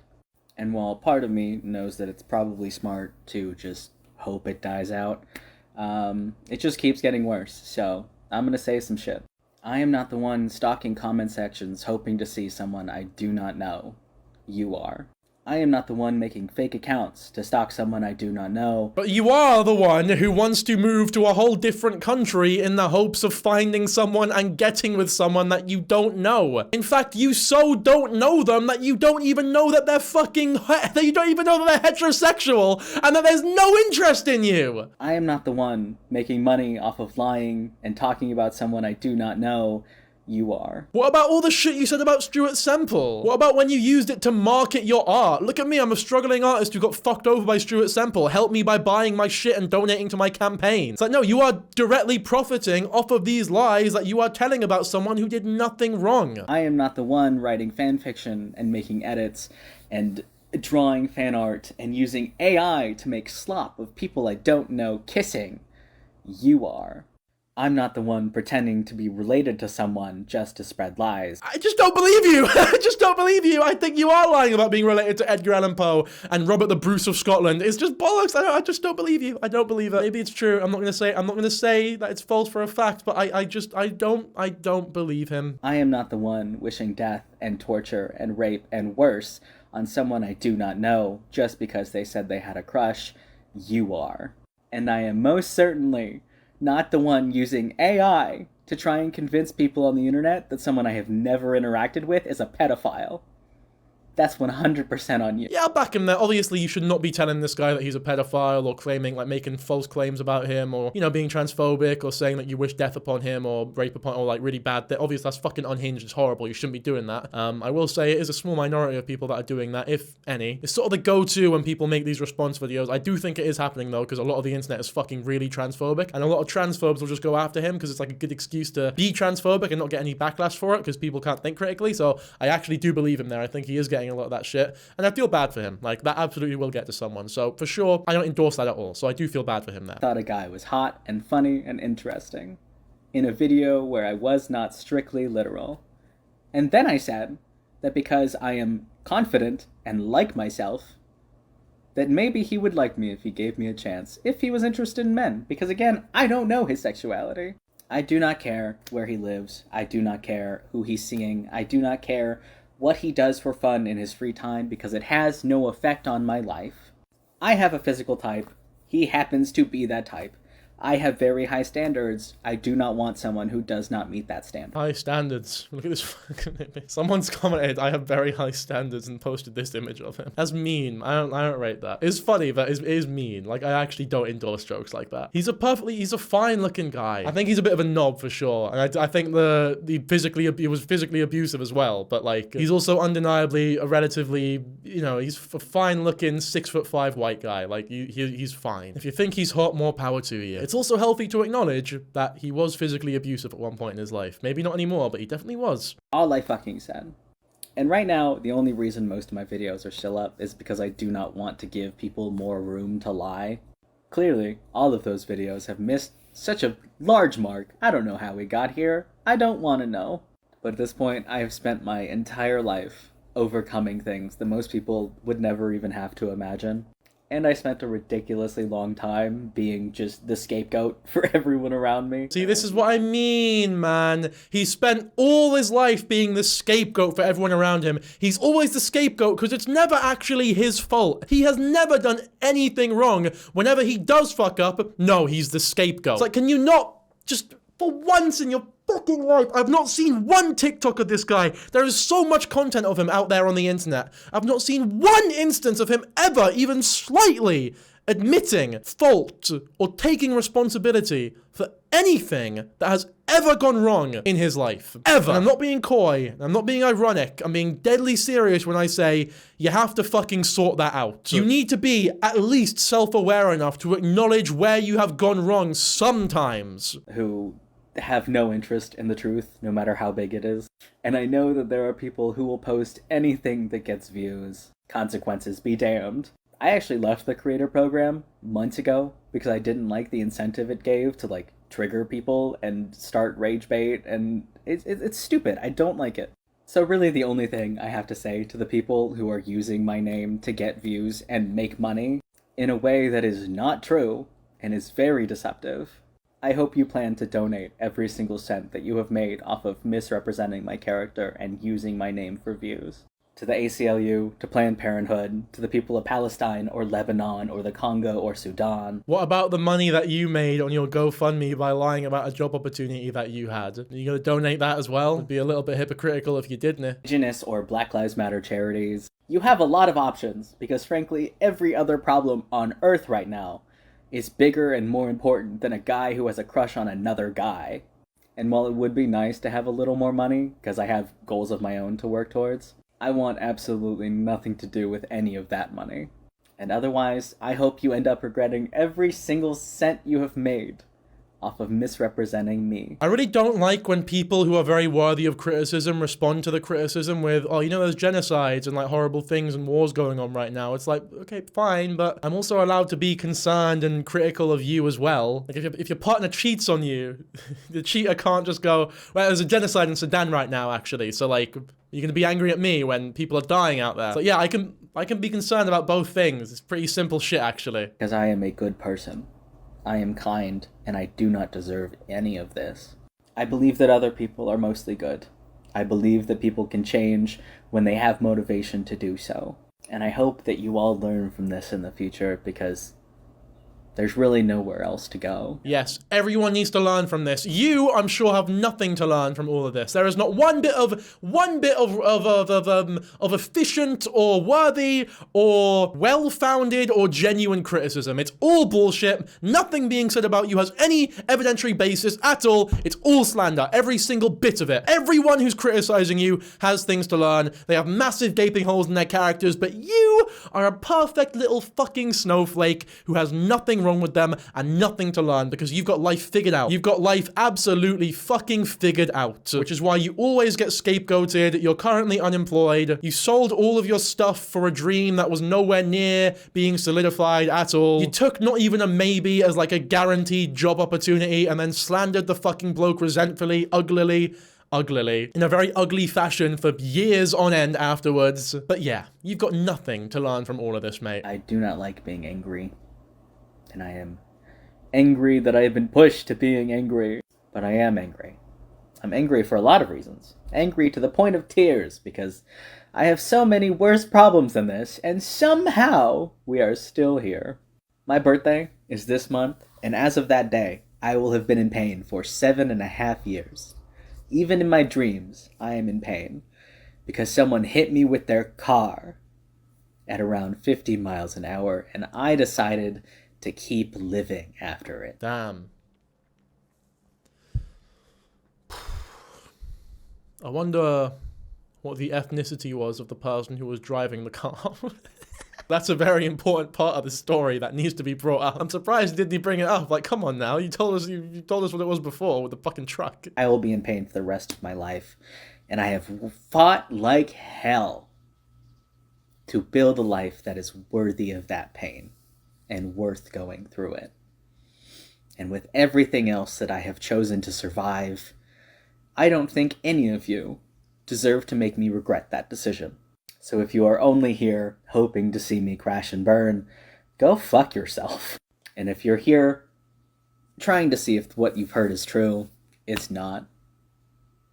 You can look at everything I've said. I've left it all up. I stand by what I've said. Because even the worst thing they could find on me was me saying that they should think and consider carefully before allowing themselves to be used as an internet attack dog on behalf of people they do not know, because there will always be information you do not know. I stand by that 1000%. Not sorry. And to Will Gold, on the off chance that you see this, personally, kind of hope you haven't seen any of it, but to you, I am sorry.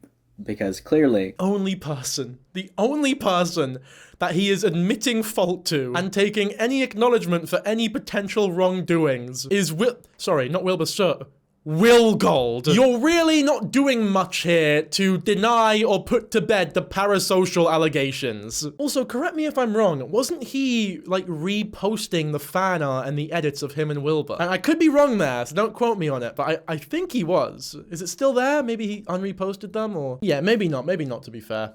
I can't see anything here. I'm not sure if he just got rid of them or if he genuinely was, but I guess he's gonna let me know in the comments. Gone so fucking far, and I didn't intend any of it. This whole thing sucks, and I don't like it. But other than that, I have no other apologies. Because I have nothing to apologize for. So yeah, that's where we are now. I will continue working towards my goals. I will continue focusing on my business and the things that I love. And other than that, who fucking cares? Who fucking cares? Oh my, why does this matter to you? I don't even know how to end this video. Okay, bye. The flower lamp reappears. Fun times. I said I have a crush. It's just really, the reason it matters is because it's such an interesting case study of a man who is so fucking delusional. So, like, I've never seen someone so unself-aware. I'm not even exaggerating there. Like, he is the least self-aware human being I've ever come across in my life. And it is a genuinely very interesting, I guess, representation of what parasocial relationships can do to people, both negatively and positively. So, he had a parasocial relationship with Stuart Semple, for example. That didn't go very well, and we saw how that crashed and burned. Then he's got a more positive and lovey-dovey parasocial relationship with Wilbur. We can see how that's sort of flourishing, but I'm sure that's bound to crash and burn, especially if Wilbur ever responds. Well, if he was to respond, it wouldn't be nice. It wouldn't be a nice response. He won't ever respond though, which is good. I don't think he should. He definitely fucking knows about this though. I don't think he gives a fuck about your apology, but he does know about this. Tyler will probably find a way to meet him in person again, by the way, which is a scary thought, because man, when that conversation happens, that'll be when this topic becomes relevant again. He did post a second response very recently, like 2 days ago though, so I want to have a look at that one too. Mutual understanding is very important to me. And because I talk to people for a living, sometimes that's difficult. Because when you're suddenly faced with a lot of people who don't want to understand you, and decide to pick your entire life apart looking for things to misinterpret, spreading lies, misinformation, or even just reposting your own words and leading people to false conclusions about them, at that point, nothing I say to those people will ever be good enough. Especially when most of them have just turned to attacking my looks or being transphobic. Because I like the way that I look. To be fair, I've not seen any. I know I have like a certain YouTube channel and I present as quite, well, it's not even a present, I'm quite left myself. You know, I'm very pro-trans, I'm very pro-gay, I'm very pro-abortion, all that shit, right? I love all that shit. So maybe it's just different because my audience is also pro all that shit too, but I've not really seen anyone attack their transness or their appearance much at all, really. In fact, in my comment section at least, everyone has directly condoned that behavior. In fact, they're even condoning me for using they, them pronouns every now and then, which, just to clarify, that's not like an intentional misgendering of Tyler Catastrophe. I really do try my best to gender people correctly. It's just, I'm quite bad at that. I'm not sure if it's an ADHD thing. I'm not sure if I just think too quickly before my mouth starts fucking speaking, but I've always been quite bad at gendering. Even cisgender people, I sometimes refer to them as just the opposite fucking gender for some reason. Usually it's not something that gets acknowledged or stops a conversation because people know exactly what I mean, but the internet is obviously quite different because, like, it can be replayed and people comment. I understand the concern because if someone is presenting as he, him, and you only use they, them, and they're like transgender or whatever, it does very much imply a level of, I don't want to call you he, him because I don't see you as a man, so I'm just going to sort of play it half woke and say they, them. Which could be potentially a quite cowardly thing to do, but in my case, I just use they, them because I'm shit scared of using she, her. So they, them is like the safe haven for me. It's like a spawn point I can just sort of go back to and feel safe in because I'm not like in constant fear of misgendering people. Because in my mind, they, them is like, that's gender neutral. So as long as you're using it with good intentions, it can be used for non-binary people, male, female. I get it if you find that offensive. I am making an active effort to just know that it comes from a good place. I'm not trying to actively, it's not that I don't see him as a, you know, a legitimate trans man or anything. It's just that I really don't want to accidentally use she, her. But even that, I think I have fucked up on stream a few times and used she, her for this exact reason, because I've been trying to use he, him more in regards to Tyler because I'm getting criticized a lot. By the way, yeah, we side tangent, but just know that my intentions are good here. Like, I'm not trying to be a dickhead or transphobic by any means. Not ashamed of the fact that I used to be a woman. Women are awesome. So I'm just done. This account isn't for those people. My work isn't for those people. I am not for those people. So hate, rage bait, lies, misinformation, or just bad faith arguments, they're getting blocked and deleted. I don't care. I left the Creator Fund months ago because I did not want incentive to let them stay and feed into them. So if you're here because you like me and the things that I make, I hope you'll stick around. And if you're only here because you don't like me, go find someone you do like. Okay, love you, bye. Thing is, the thing he says about, I'm going to block everyone who leaves bad faith arguments and all this stupid shit, it's like, okay, well, what are you going to do for the people who leave good faith arguments? What are you going to do with the genuine criticism? Do you just ignore that? Do you block them as well? Like, what is your standard for bad faith? Is it just anyone who disagrees with anything you've ever said? And as much as you guys might say, oh, the comments on here are like negative and he's not deleted those, it's because there's fucking thousands of them. You can't delete them all. I forgot about this as well. There's so much shit. Another band that he claims to be friends with and is writing their next single also responded and said that wasn't true. You got here, can we get a comment on Tyler Catastrophe claiming he's writing your next song? Please, I need to know the truth. To which Sun Valley Scarlet, we'll try find this video in a second. Tyler was never in the band or produced any music. Only current band members of SVS write songs for the band. What's it called? Sun Valley Scarlet. Okay, let's have a look. You guys have no idea how weird this whole Tyler Catastrophe thing is for me because I've personally known him For years. He lives in my city. I met him in 2021. He was like a band promoter back in the day. I don't know if he still does that. But back when I was in a band in 2021, he got us a show. So there you go. I don't think this is Sun Valley District by any means, but this is someone who is, I guess, acknowledging that Tyler Catastrophe did have genuine links, a genuine talent for getting bands or small bands gigs in places. One of these bands happens to be Sun Valley Scarlet. I actually went back on Tyler's channel. You can see this video from 2022. It has 50 likes where he shows a video of the Sun Valley Scarlet playing a song. Yeah, there you go. POV, you give a band a gig and they bring you a clown. Then you got Sun Valley Scarlet themselves commenting guilty, and then Tyler playfully saying you are sentenced to party rockin'. They had a friendly business relationship, it seems. But that doesn't mean that he was writing a single, again, he has this habit of over-exaggerating massively what he's actually doing for these people. He claimed on a podcast that you asked him to produce your next release and mention your band by name. Context matters here. That interview was in 2023. We were shopping around for producers, engineers to record our EP that released in 2024. We ended up going for someone else. So it's one of these things where it's not an outright complete lie, but it is an example of him making things sound more solid and set in stone than they actually are, which is exactly what he did with Stuart Semple as well. Actually, fuck Stuart Semple. I have been so incredibly pissed off at the way this man fucked me over for over a year, and I don't like being angry, and I want to leave all these shitty-ass feelings in 2024, so if y'all want to be angry with me, let's be angry. I traveled 8,000 miles to spend a day in the Culture Hustle studio, completely fell in love with it while doing what was actually free labor now that I think about it, and then he starts looking for a new assistant, and I'm told to apply, so I do. And then when I don't get that job, honestly, really glad I didn't, I'm not made to be someone else's assistant, so I ask him, point blank, hey, can I have a different job in the studio and I'll just move to England? I'll raise the he do? Fucking ghost. But you can't answer me? And eventually, I get so fucked with her. I'm very grateful. Because this grown man couldn't put his big... Oh, there's more shit about fucking Stuart Semple, by the way. It's not even done. I thought we were done, but there's so much more shit he said. Look at the comments, by the way, where he's he's actually turned people against him in the comments at the time, at least. Channel that anger into a revenge painting. My most recent painting definitely felt like one, lol. He seems very happy at the time to have the same birthday as Leonardo da Vinci as well. He's awesome, apparently. Who fucking cares? Who cares? I've got the same birthday as Mickey Mouse. You don't see me bragging about it. Pants on and tell me no, I wound up almost homeless and had to live with my mom and her husband who doesn't like me very much. Because I was supposed to be in England. 8,000 miles away. I didn't have another lease lined up. Now, here I am, over a year later, still pissed off and like one bad day away from homelessness again. Since I'm just letting myself be angry here, my work is better than his. I don't have other people making things behind the scenes that I can claim as my own. Holy shit. Oh my fucking god, dude! I'm so glad we didn't miss this. This is fucking unhinged. I don't even know what to say. Like, how could he, I don't know what to say. I'm genuinely speechless. Like, how can you say something so dumb and obviously fucking wrong? It's just, you know what it is? It's just so clear that he thinks he's fucking DiCaprio. Sorry, Da Vinci, my bad. Very different people. Like, he genuinely believes he is on that level of talent. People making things behind the scenes that I can claim as my own. This piece is completely unfinished and you can already tell it's gonna be amazing. It looks like a 16-year-old's fucking art project, mate. I'm sorry. When I was knocking about my school in secondary and I went to the art hall and there were like posters up of what the students have made, it was shit like that. Definitely don't get me started on the pieces that are finished. I'm an amazing painter, and I'm tired of pretending that I'm not. I completely free-handed this. Pun absolutely intended. And did I mention they're all 4 feet tall? And don't even get me started on my beaded jewelry. Name one person who is making stuff like this. You can't. I've tried. I've looked. Making stuff like this.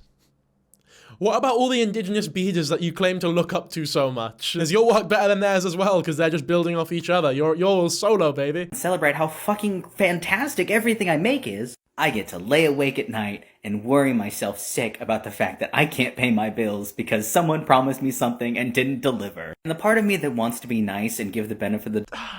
It's really annoying. It's really annoying seeing someone like this. This is my biggest fear, is being this unself-aware of myself. Like, my biggest fear is coming across this fucking abhorrent and unlikable on camera. Don't get me wrong, I have moments. I probably had moments in this video where you thought, alright, what the fuck are you talking about? You know what I mean? But like, this is his whole career! Maybe part of that's on me for believing something was gonna happen when they said it was going to happen, because they said it was going to happen and didn't tell me it wasn't going to happen. I can't stop remembering when he says shit like that in the first video, he himself acknowledged that it was a maybe at best. And that happens to be the only storyline he ever told that lines up a little bit with what Stuart Semple himself said, and what also makes the most sense for a situation like this. You know how many fans have probably asked Stuart Semple for a job when he's given that same cookie cutter answer to, that haven't gone home and sold fucking everything they have to move in with him? Realize how fucking ridiculous that is. So instead, I'm gonna let myself be angry, because that's really fucking fucked up, and that's not even the tip of the goddamn iceberg. Because I still have friends who work for him.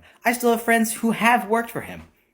And they have similar fucking stories. If I'm gonna be angry on their behalf... This is really slanderous and shitty this is like defamatory. This is genuinely fucking defamatory. Like, you can't just say shit like this about someone because you're angry that you didn't get a fucking job. You got denied a job. Deal with it. It happens to the best of us. I know it's painful. Rejection's always fucking painful. But you just have to deal with it. It's that simple. You can't freak out like this. You can't treat people like this. It's not on. I need to be able to be angry on my behalf. So you know what? Fuck that guy. Fuck him. I'm tired.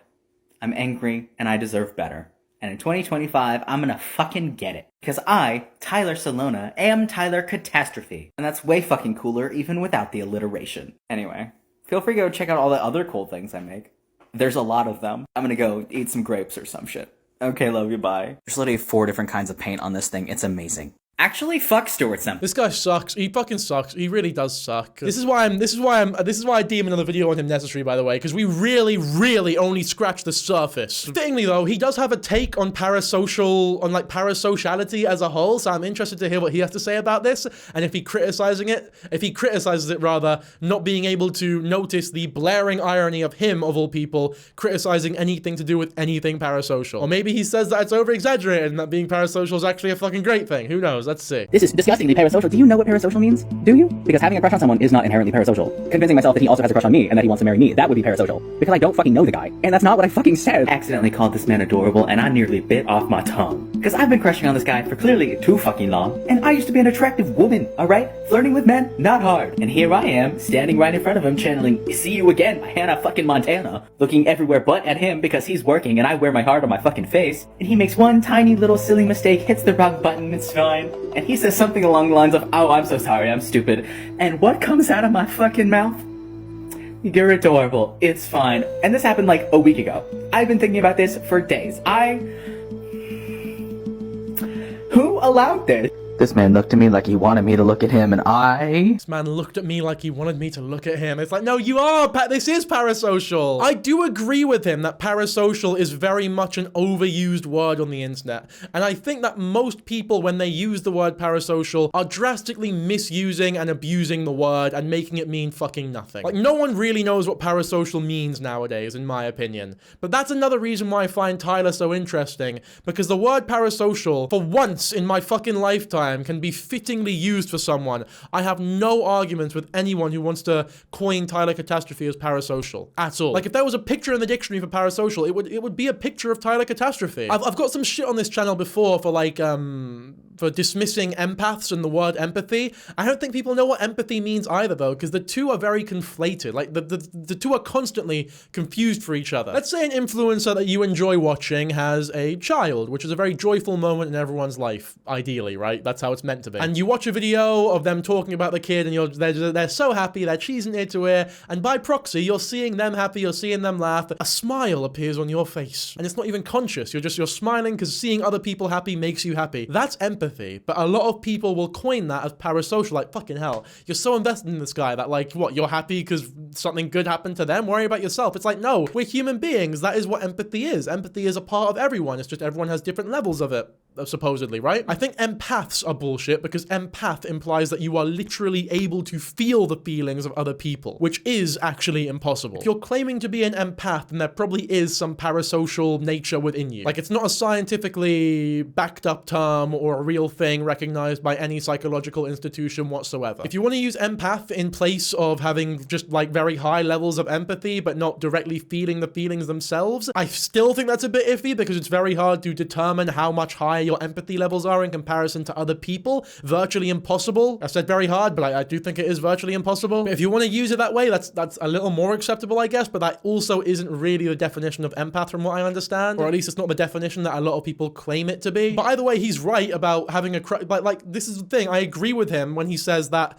parasocial is an overused word, and having a crush on a celebrity isn't necessarily parasocial. But you have to be able to distinguish a celebrity crush between a real world crush. If you start treating them the same way, then it is parasocial. Let's say you have a crush on fucking Billie Eilish, for example. If you treat that crush the same way that you had your crush on Mindy from down the street, right? Then it would be parasocial, because Mindy you chat to and you think, maybe there's a chance that this can actually happen. If you feel that way about Billie Eilish and you think that there's a chance it can actually fucking happen, especially if you don't know their sexuality or the first fucking thing about them, then yeah, it is parasocial. And that's what's happening here with with Tyler and Wilbur, or Wilgold as he would say. There's another video that I wanted to show you to show like the pretentious nature of this guy if it's not come across already. This video here, I'll play it in its entirety unless he says something really fucking outlandish, but it's a whole lot of nothing. Like, there is nothing. He says nothing here. Security is a result of conditioning, and it can be unconditioned. Part of me wanted to use the less pretty snow globes from my collection as a metaphor about how just because other people might not get it, I know what they've been through, and I know where they came from. And in case you couldn't tell, I just really like words. But honestly, I think I'd rather just say it outright. Insecurity is conditioned into every person from the get-go, for a whole list of social and political reasons. Okay, I'll stop him there. First of all, he doesn't like words. I think attaching value to words and trying to be precise in your speech is beautiful, and it's a very admirable trait in people. It's something that I try to do a lot. So much so that sometimes I try to get too precise with it and end up sounding like a bit of a dick. A good example is the Saikuno stuff. Like, I was trying pretty hard for an amount of time to be like, I'm not sure I can call him a predator. In reality, I've got no problem with people calling him a predator. I was definitely being a little too stringent there, especially with what we know now about Saikuno. Like, I think predator is a perfectly fine label to attach to him. So that's an example of me attempting to be too precise, if that makes sense. There is a balance for sure. Tyler has the exact opposite fucking problem. There's a lot of words, a lot of gobbledygook, a lot of mishmash, and it doesn't really fucking mean anything. I genuinely do love words. I love talking. I love learning new words. I love reading. I love the English lexicon. I love being well spoken to the extent that I am well spoken. I love to sound eloquent. I've got a complicated history with words and the English language, because I had maybe a more poverty-adjacent accent growing up that was sort of beaten out of me by my parents. So it's weird. I feel like a lot of people don't realize the complicated relationship that they have with the words they use and the accent that they have. Like, it's deep. It really does go deep. But I don't think Tyler really means it when he says that he likes words, because from what it seems, he doesn't like words. He just likes talking. He likes his voice. He likes sounding intelligent by using words that he doesn't actually know anything about, and talking about history that he's actually not very knowledgeable about, in the hopes that people will attribute aspects to him that he wants to be attributed to him and think that he sounds clever. I actually think it's pretty adjacent to what people like Jordan Peterson does, especially nowadays or post-COVID. Jordan Peterson, when you hear him talk about politics or history or religion, it's all this. It's a bunch of overcomplicated words that don't actually fucking mean anything when you're listening, truly listening to what he's saying. In his case, in particular, it's a shame, because pre-COVID, a lot of his psychological work was actually quite good, and I think he was precise with his speech, and I really admired that about him. But he gave a lot of genuine, insightful, good advice. I don't know what the fuck happened to him when COVID came around. I don't know what the fuck happened to him. I'm not saying I agree with everything pre-COVID, by the way. There was always some bits of transphobia riddled in there, but you know what I mean. Like,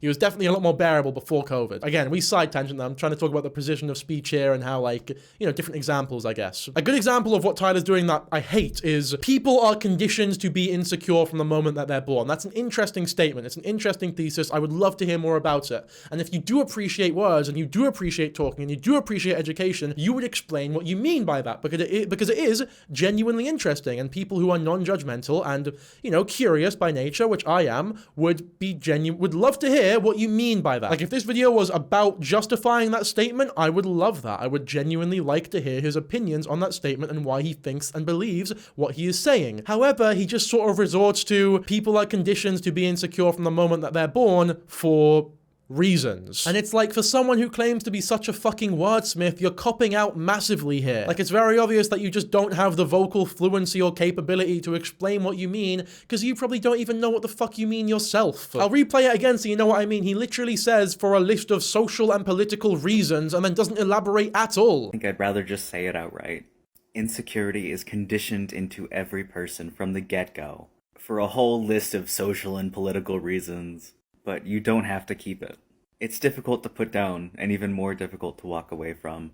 But doing so will save your life. Not just literally, but in a making a life better and more worth living kind of way. Do you see what I mean? This means nothing. He's saying nothing. I'm not being coy. I'm not trying to be a dickhead when I say that. I'm being like as genuine as possible here. He is saying fucking nothing right now. And I hate when people do that. Because even the snow globes that have been through some shit and lost all their water are still worth keeping around. And the perfection they want you chasing has never actually existed anyways. And no matter how fat and ugly and transgender someone thinks it is, I like it. That's what counts. Okay, love you, bye. Oh shit, an astronaut. Security is... And then to equate this strange mentality and pseudo-intellectualism to being transgender or having anything to do with transgender identity when you just fucking played word Jenga for a minute straight, it just doesn't sit right with me. Like, it makes no sense. What are you talking about? When the snow globe runs out of water and turns to shit, that's usually when people throw it out. You realize you're the exception in keeping them. That's not normal. Tyler loves the person who loves the message, but there's nothing. There was no message. This guy here, this is me. I do genuinely want to know what you mean. Like, you start talking about insecurities, yes, and then you use snow globes as a metaphor, but I can't see how they connect. And then you say losing your insecurities can save your life. Literally, but how? Just respectfully, can you explain? Yes! It doesn't make any sense. I hope you can see I'm genuinely not trying to be a dick here. It means nothing. Yet another person comes back to tell me I was never the problem. Of course, Tyler. You're never the fucking problem, are you? It's just more of this. He'll never fucking learn. He'll never learn. This was recent as well. It was the end of last year. I know people get at me for using the word narcissist. I'm not medically diagnosing him with narcissism, but like to claim that he's narcissistic as like an adjective, I think makes a lot of sense here. The guy fucking loves himself. Way too much. Loving yourself is good. You should love yourself. You should be able to love yourself. You should be able to forgive yourself. But loving yourself, it's like he wants to fuck himself. It's like he's in love with himself. Like he's making a quote-unquote sexy video where he pulls down his tank top with his hands and talks about how he's never the problem. How can you not see how pathetic you look here?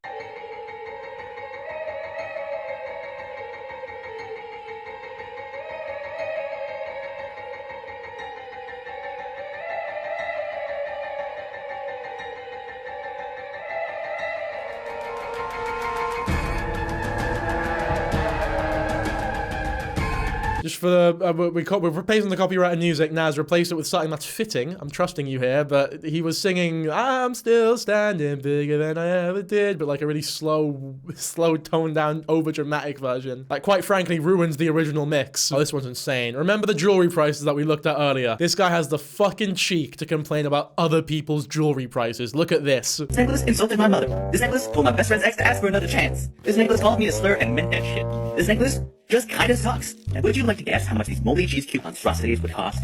Not one, not two, but almost 300 American US dollars.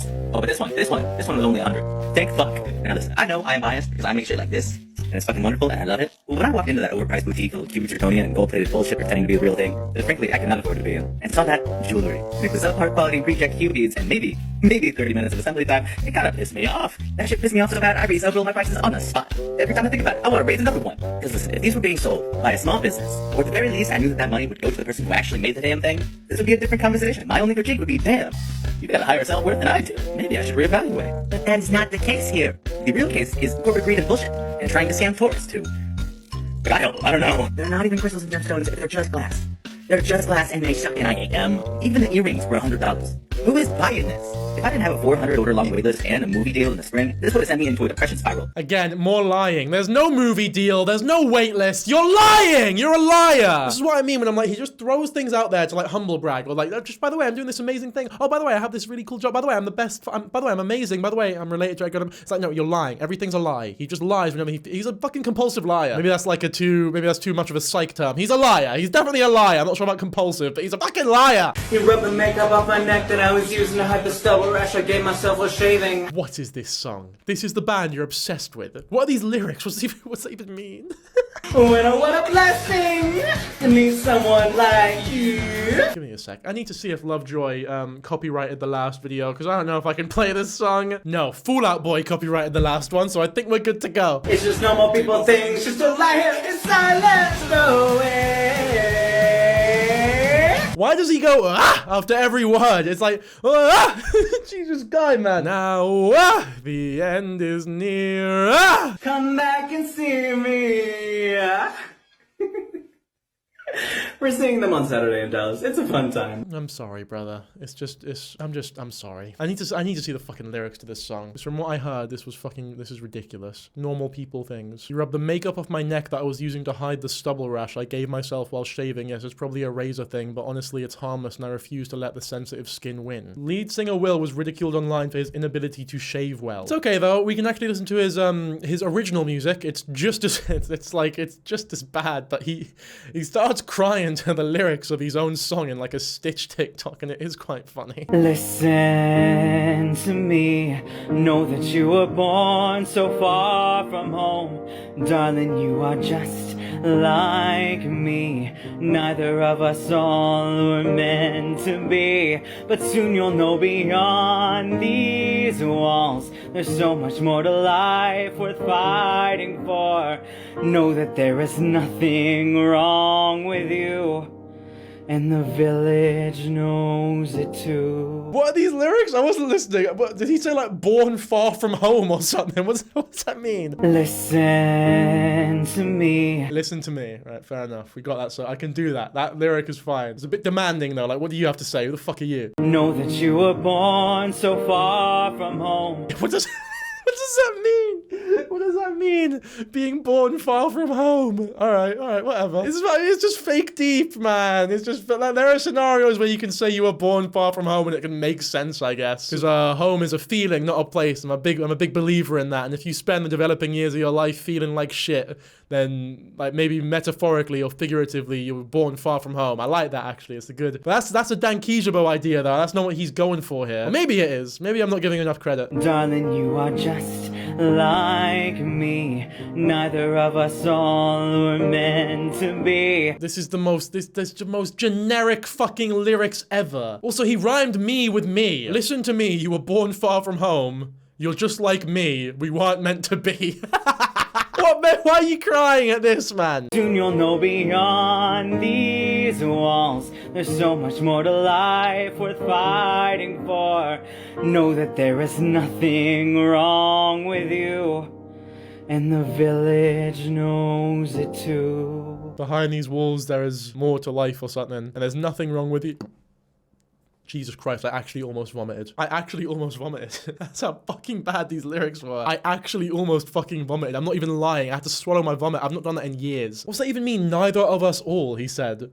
Neither of us all were meant to be. Neither of us all meant to be? Or was that neither of us are meant to be? Neither of us all were meant. So it combines, but it sounds like he combines both of the words. Maybe he fucked up there a bit. Maybe he's crying because he knows he fucked up. To be fair, there is nothing wrong with you does sound like something that he tells himself a lot. When in reality, it's just more like responsibility dodging shit. Maybe that's what he means when it says like he means a lot to me or something. Before we leave, I do want to make it absolutely clear about like the Tyler Catastrophe and Will Basut physical abuse thing, because that is something that I feel as though I do need to make abundantly clear, because it's a lie that he tells constantly. Oh my god, I found his old Tumblr though whilst trying to find this shit. This is the Tumblr he was posting about like the black guy who was driving. He's not using the hashtags correct. Come on, man. I've never even used Tumblr. You don't put spaces on fucking hashtags, you idiot. Like, hashtag I just say words. You've just put hashtag I. Hashtag the internet is a ridiculous place sometimes. Brother, what is this? That's not how you use the fucking hashtags. You've just put hashtag the. That's so funny. This guy's hilarious. Oh, here we go. If Shelby Shubble has no haters, assume I never existed, because I'd still be hating from the grave. Fucking hell, dude. I wish Will Basut would call me baby. Oh, I only said I had a crush on him. There's nothing parasocial going on here. Look at the hashtags though. Hashtag I, hashtag and, hashtag age. Fuck me, dude. Being disabled in a very specific way that I am is so strange. I can't bend over, I'm in constant pain sometimes, my body stops breathing if I'm not actively telling it to, but I'm very capable of lifting heavy objects, or going on moderate length hikes with a cane handy. I thought you could only use your hands, brother. What's going on here then? Hashtag I, hashtag but, hashtag my, hashtag plus. Hashtag I again. What is these hashtags, man? Hashtag my roommate's mum had surgery and I was helping her move stuff. Hashtag plus she got me ibuprofen for Christmas, LMAO. Oh my god, this is unhinged. I'd give about just anything to get people to stop telling me small business owners to get a job every time they express that they are facing difficulties. I don't care what the circumstances are. I promise you, your comments are so fucking unhelpful and actually make me want to scrub my face with diamond grit sandpaper. Shut up, shut up, shut up. Biting you, biting you, biting you. He really does love Wilbur. Fuck me. I'm gonna be 22 next month, which is weird, especially when you consider the fact that it took me getting absolutely murked by a white lady in a Lexus to make me realize I was alive at all. So, you know, ups and downs. Okay, we do know the ethnicity of the driver.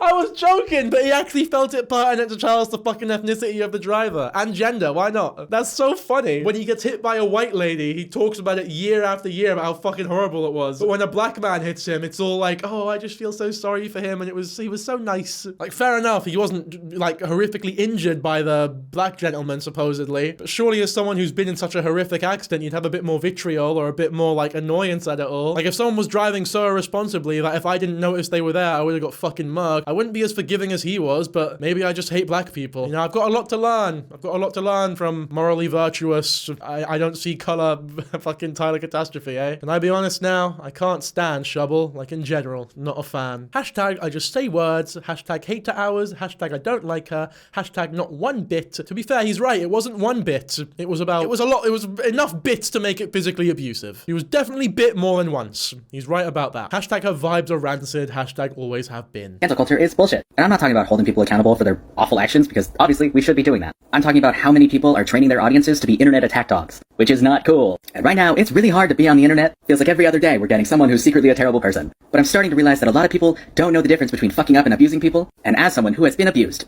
kind of a lot, I'm gonna explain the difference. Because if you don't know the difference, there are a lot of people who will try to use you as a weapon against the people they don't like. And I don't know about you, but I don't like being used. For anything. So if you find yourself asking, is this person an abuser? Or did they just fuck up somehow? Here are some questions that you should always ask. The first question's a little gray, but it has to do with intention. Did they knowingly hurt you on purpose? I'm not sure it does have anything to do with intent. You can definitely unknowingly abuse people. In fact, I would say the reason why a lot of men sort of fight the definition of sexual assault or rape is because they have unknowingly sexually assaulted or raped someone before and they don't want to admit it. Like, there are a lot of men who probably don't know that stealthing is rape. So they will vehemently defend and deny stealthing to be rape because they do not want to admit that they themselves have raped someone. This is something you see a lot. So even though their intention wasn't to rape them, doesn't mean they didn't fucking rape them. They're a fucking rapist. Like, they need to be put behind bars for that shit. Know for a fact that they did it on purpose. Then yeah, that person sucks. They're an abuser. But if you can't be sure they knew they were hurting you, you have to ask yourself another question. This one's a two-parter. One, did you tell them it hurt you? Because if you didn't, I'm sorry, you have to. You can't assume they know unless you tell them. But after you tell them, you have to ask,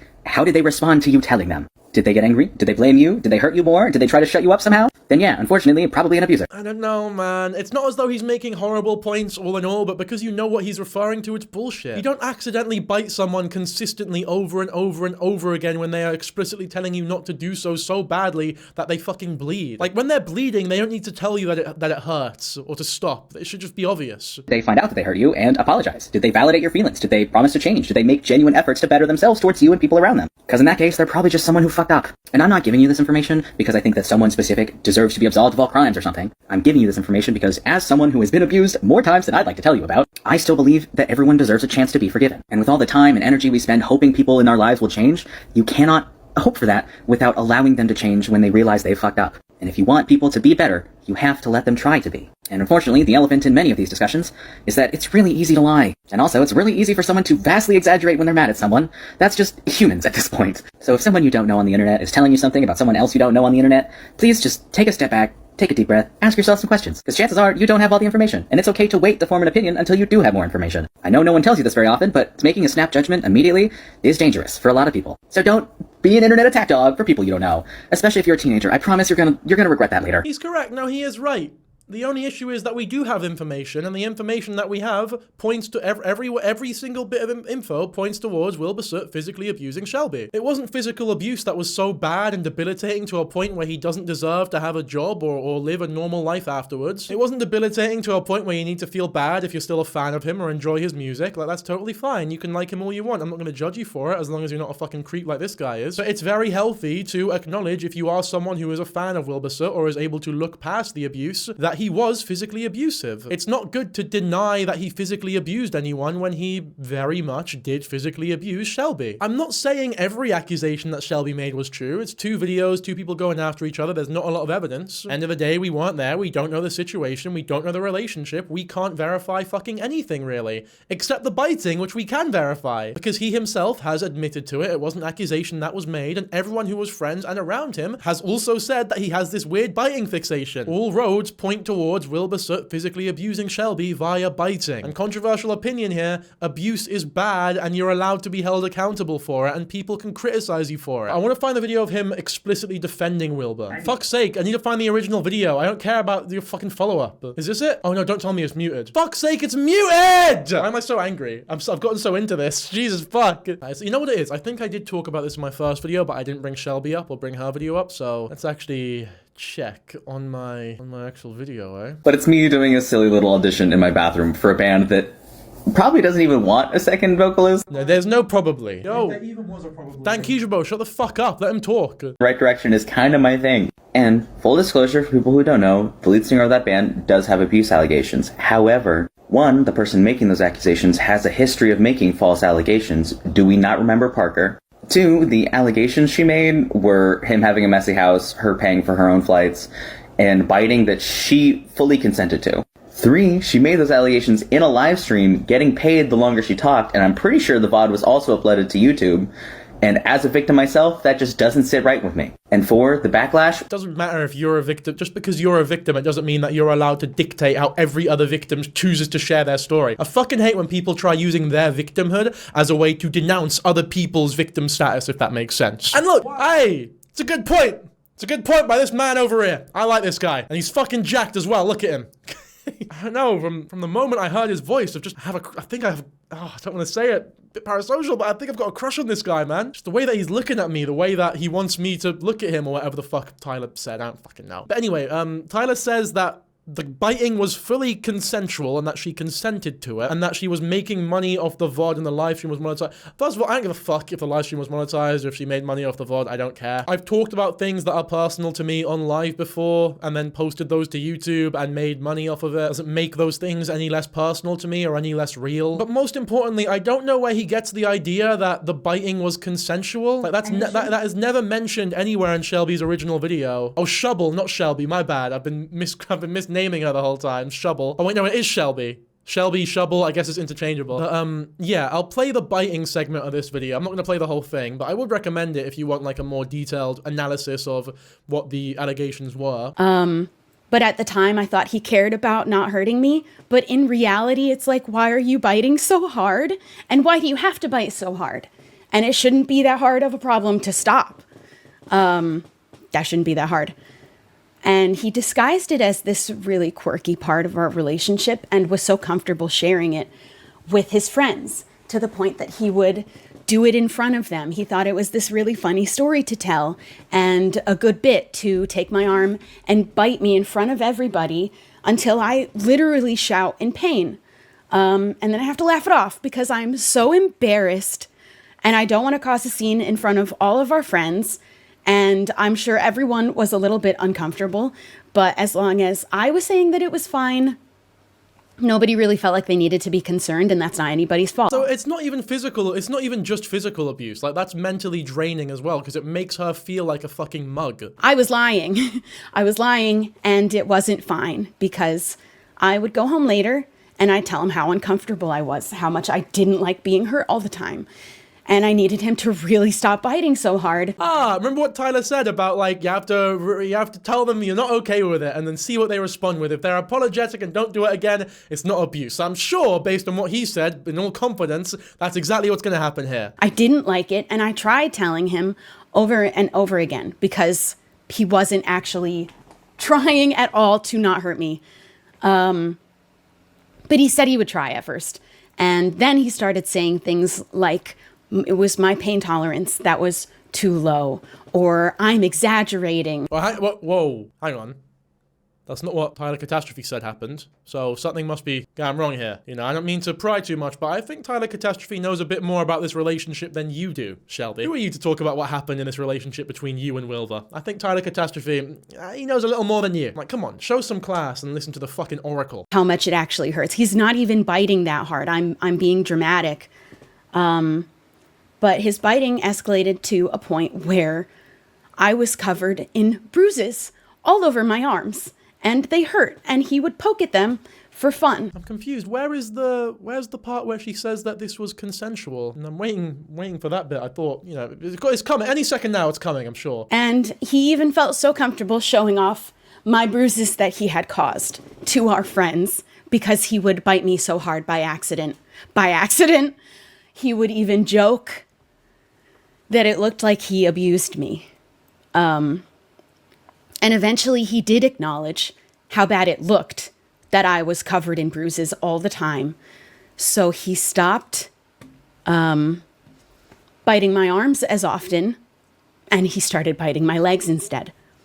And it was in the last couple of months of the relationship that every time he bit me, it was until I needed to use this safe word. It had become his benchmark for when to stop. Only once I was definitely hurt, which meant I was being hurt every single day, multiple times a day, for all of the days that we spent together in person. And when I asked him to stop again, this time he said, this is who he is. He isn't going to change. Those were his words. And I remember a lot of specifically his words about certain things, especially at the end, because I'm good at remembering words. And especially his wording, I became really good at remembering because he was constantly contradicting himself. Yeah, Tyler knows all about words, to be fair. He loves words, just like he said. Which is weird because if he knows, like, consent is that's quite an important word to know the definition of. But based on what, you know, Shovel's saying here and what he claimed, I feel like, I don't know, unless I don't know anything about words, I don't see anything or hear anything consensual going on here, personally. But hey, I'm not the one who fucking loves words. Like, Tyler's... He's got that one up on me. I'll give him that. So maybe I'm just an uneducated bastard here and he knows better. Who do I listen to? The victim or Tyler Catastrophe? You know, I think the answer is obvious, but I'm not going to tell you guys how to feel. The answer is Tyler Catastrophe. Okay, so just whilst I'm in the process of making this video, Tyler Catastrophe has put out a 10-minute, I guess, response to everything. This one's different from the other ones, though, because the giggles are gone and he seems very somber and serious. So I thought it wouldn't make sense for this video to come out when a response like this came out the day beforehand, if that makes sense. So I figured I'd watch it now and then I can slip it into the end of the video, just so that we know we've covered everything that we need to here. So without further ado, here's the video. I'll read the caption first, I guess. To anyone who's willing to listen, thank you. It means more to me than I know how to say. Also, two very obvious edits were because I accidentally deleted a couple parts and didn't realize I went back to double check things the next morning. I know they look a bit weird compared to the rest of the video, but the light was too different. I'm not sure I'm too fussed about lighting choices and apology videos, or to be fair, I'm saying apology video, I'm preempting this. It could just be a response. Maybe he doubles down on fucking everything. Let's play some bets though, I think. How long do we think it takes before he mentions the car accident? This video is probably going to be the full 10 minutes because doing a part 2 feels really scummy. But if you could please bear with me and stay to the end, I have a lot to say, and there's a lot you need to know, and apologies that need to be made. And I need to just lay it all out on the table all at once. Because for the past month and a half, almost 2 months now, has been a non-stop panic for me. Because when this all started, and it was just people misinterpreting a video about a crush on a guy in a band, assuming a lot of things that were not true, or just straight up calling me cringe and ugly, a lot of the advice I was getting was just to keep posting confidently and show them they're not getting to you, and the internet has a short attention span. And I followed that advice. And when the death threats started, I think we all greatly underestimated just how far some people were going to go in order to hurt me and the people I care about. My family, my friends, anyone and everyone who has ever interacted with or supported me in any way. And by the time I realized what was happening, it was every second of every day, and I didn't know what the fuck to do. And in trying to put out any fire I could reach, I made a lot more mistakes, and every time I thought it was going to be okay, something else happened. And because I have a lot of commitments keeping me online the GoFundMe orders I need to finish. I could not step away. So I wound up in this awful spiral, barely eating, barely sleeping. So I completely checked out for a day or two, trying to just let myself... I do feel bad for him, by the way, because, like, at the end of the day, whether or not you're a bad person, a good person, this much of just pure fucking hatred and attention being thrown towards you out of nowhere, like, more people know who Tyler Catastrophe is than who Lovejoy is, which is fucking insane when you think about it. And obviously, the majority of that hatred is well, it's hatred, it's negative, you know what I mean? And it's so funny because when you look back on old videos of Tyler Catastrophe, like when you type something in and you see an old video from like 2022, for example, all the comments, as much as he wasn't getting many views back at the time, all the comments are positive. So it's very clear why he was so delusional, because people were feeding into it. People were actually, like, they liked it. He had a very committed, albeit very small audience of people who were very invested in this kind of personality, I guess. Big change from what is being shown or thrown his way now. And whilst I'm personally not a fan of him at all, and I've, taken the piss relentlessly a couple times as well, I'm not going to front here, I've made fun of him a lot. I do completely agree that, things like death threats and, talking about his family and stuff, which you know what? Usually I call bullshit when influencers say that that's happening to them, but with Tyler, this has gone so viral that, like, I don't doubt it at all. And I think it goes without saying that that is, like, about 50 steps too far. I'm very curious to see what he has to say here, though, because he's going to talk about how he wants to try again, like a fresh start type of thing. If you don't mind, I would like very much to try again. So, firstly, I do not refer to myself as Two-Spirit. I have mistakenly done so in the past, in 2023, I think, in a video I honestly thought I deleted, because I realized right after I posted the video that I fucked up. And when I made a more recent video about the differences between my own beadwork and the beadwork done by other native and indigenous peoples around me, ended up unearthing that old video that I had already self-corrected and again thought I had deleted. With everything else going on, I panicked. I ended up making another video that I did not think through. The words that I ended up saying were entirely wrong. And my exhaustion and overwhelm in the moment does not excuse it. I fucked up. And I am genuinely sorry. Okay, so this is him talking about how he was in, like, the most native state, I guess, and how the land was just being leased off, and it was a very, like, uneducated and ignorant view on Indigenous Americans and how they were prosecuted. Yeah, that's just him being ignorant and thinking that he knows more about the topic than he realistically does. It's not like it's not a career ruiner by any means. It's not something that I think makes him a fucking horrible person. So this apology here is, like, totally fine in my opinion. Like, you said something stupid, you're apologizing for it, you're admitting that it was a dumb thing to say. Yeah, good, fair enough. The Two-Spirit thing is kind of bullshit, though, because there are messages that he sent privately, like this one, in 2026, by the way, to a creator known as Two Feather Beading. This was the 22nd of April. Like, this was a couple days ago, where he says he no longer claims to be Two-Spirit publicly. So he is still claiming to be Two-Spirit, but he just won't say that publicly anymore. You know what it is? I was going to say it's not as bad as saying it publicly if you just believe it privately, but at the end of the day, I'm not Indigenous. I have no horse in this race, so I won't say or have a strong stance or a convicted stance on this. I promise I am just as upset with myself as anyone else was, and I have been corrected.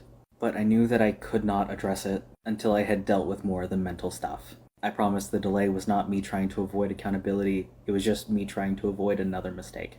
I have never meant any disrespect to the Native and Indigenous communities. I just picked all the wrong words, and I am so fucking sorry.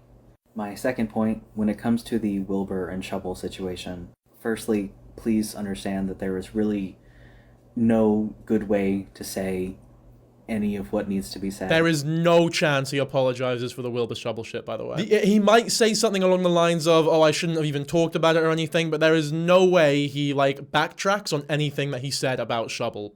Ever. No way. It's just, like, it's not, I've watched too much of this guy, it's not in his fucking character. He won't even lie. He won't even lie about believing Shovel in any part of the story. I don't think he will. Like, he just will not be able to bring himself to do it. In a way, I kind of respect someone who isn't willing to lie about what they believe in, even if it is very damaging to their career. Because he knows that it would go a lot better for him if he just believed everything Shovel said. The fact that he's not willing to do that, yeah, I think is scummy, but also, I kind of respect it because it shows someone who really is being true to themselves, if that makes sense. It's just a shame that his true self is someone who is obsessed with someone to a point where he can't acknowledge any of their wrongdoings. Honestly, I probably should have just never commented on any of it at all. But when I posted that video 2.5 years ago, there was still a lot of confusion, and the only reason I posted that video was because there were multiple people asking me my opinion. And at the time, there was a lot of harm being done just from the communities and fandoms surrounding this. And I stayed away from anything other than Shelby's statement, because with anything else, I just felt that there wasn't enough information and a lot of conflicting information that I didn't fully understand and didn't want to speak on because I didn't understand it. And because I saw a lot of people treating Wilbur's statement as an admission of guilt, when to me it did seem genuine. So it's exactly what I said. He's saying I shouldn't have commented on the situation at all. I think Wilbur's statement, you know what, I was going to say it was genuine, but he said that the biting was consensual, didn't he? I don't remember off the top of my head. I'm sure aspects of it were genuine. I'm sure he is sorry. But like, it was also an admission of guilt. Like, you are genuinely admitting guilt to biting or whatever the fuck. Just because you're honest about your physical abuse, it doesn't make the physical abuse null and void. Like, yeah, it's nice that you're being honest about it, I guess, but that's what you should be doing. You don't get extra points for that. Like, he honestly didn't understand the extent of the harm he had done and was doing therapy and stuff to be better in the future. I felt very strongly about the way it was being treated from an outside perspective. And I saw a lot of uninvolved people getting hurt. And while my intention with that video was to reduce harm, I wound up letting my own perspective and interpretation kind of take over the video. Things that got left out, things that didn't need to be left in, things that should have been said very differently, and honestly, I should have just left it alone.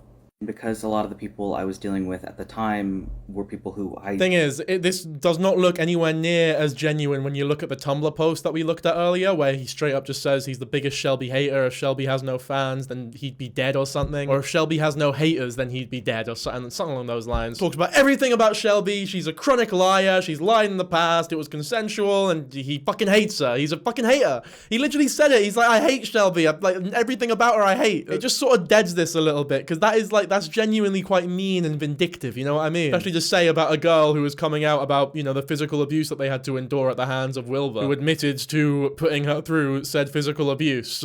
Thought were missing the point, not realizing just how badly I had missed my own point. I wound up getting really unnecessarily frustrated, and wound up just really badly doubling down over time, which just made everything so much worse. And while part of me wants to clear up several more things, every time I try, it just keeps sounding like justifications. And at this point, I think I just need to bow out, admit that I went about things the wrong way, and wound up investing myself in something that was none of my business. I promise I have learned from this, I will continue learning from this, and I will refrain from inserting myself into things like this in the future. Because even if my intention was to reduce harm, clearly I missed the mark. And I am sorry. It's not that you're not allowed to talk about things that aren't your business. That's like my job, is talking about things that aren't really any of my business, I guess.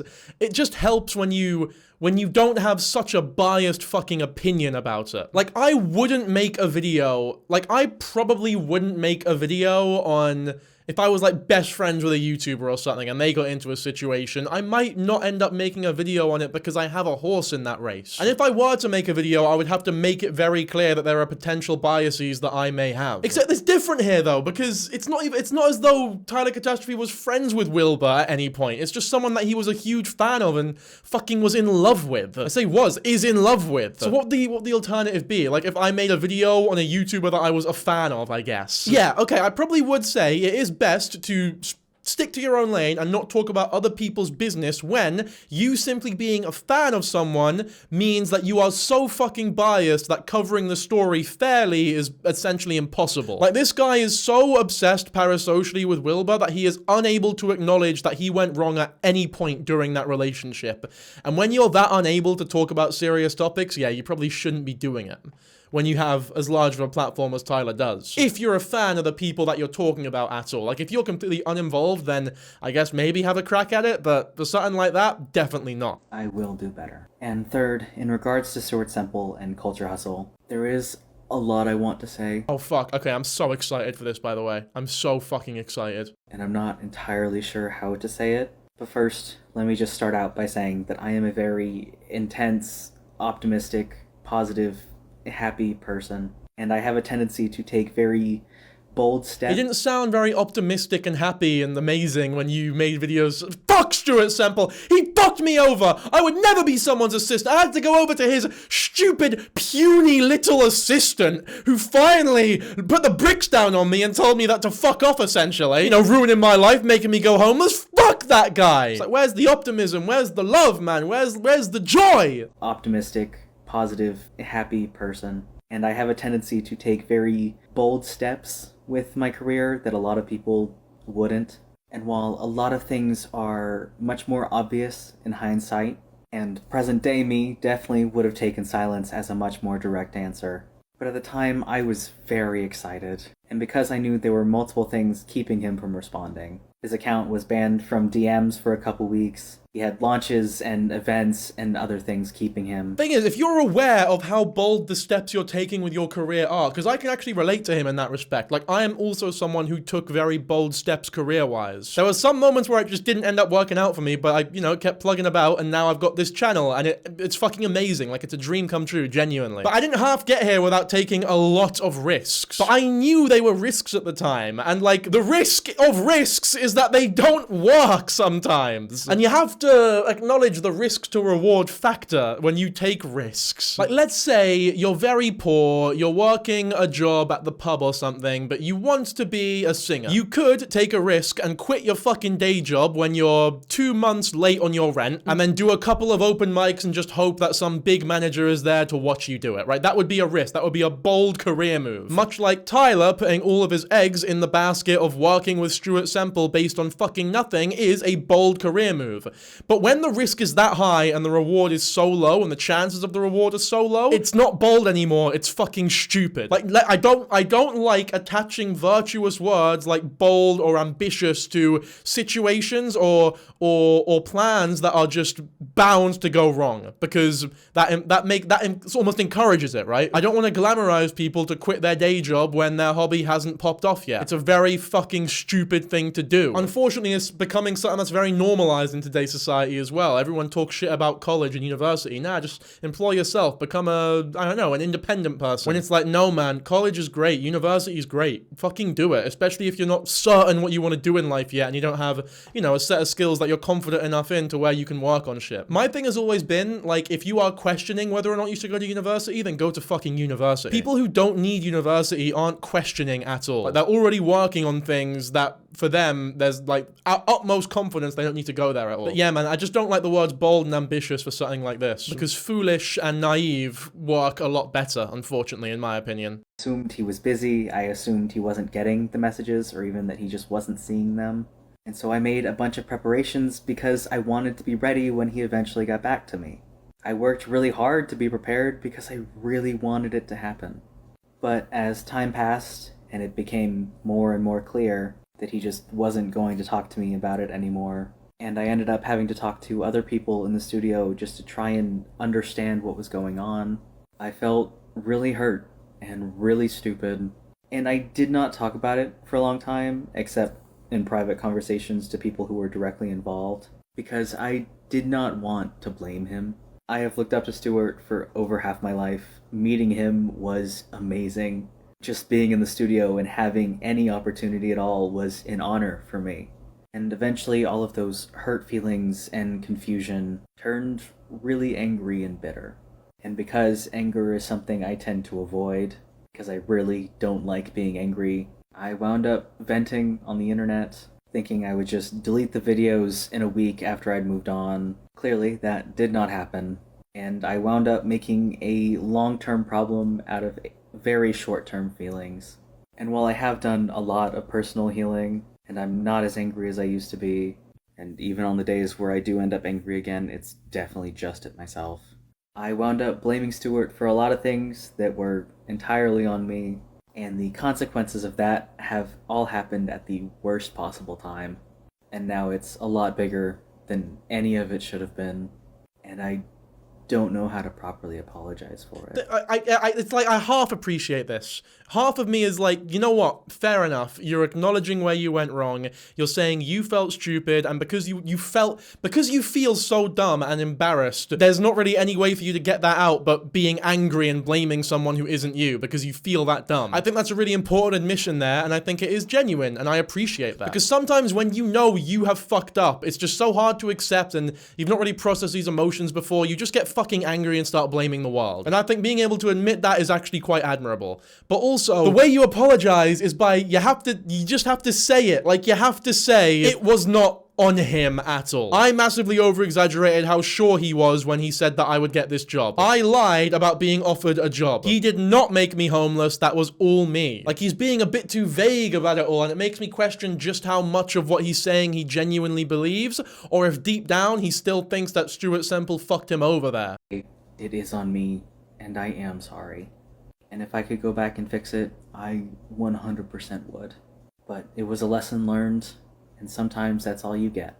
But in general, with everything else going on right now, I promise that all of it is just mistakes and misunderstandings that are all coming up at once at a rate that is too fast for me to process.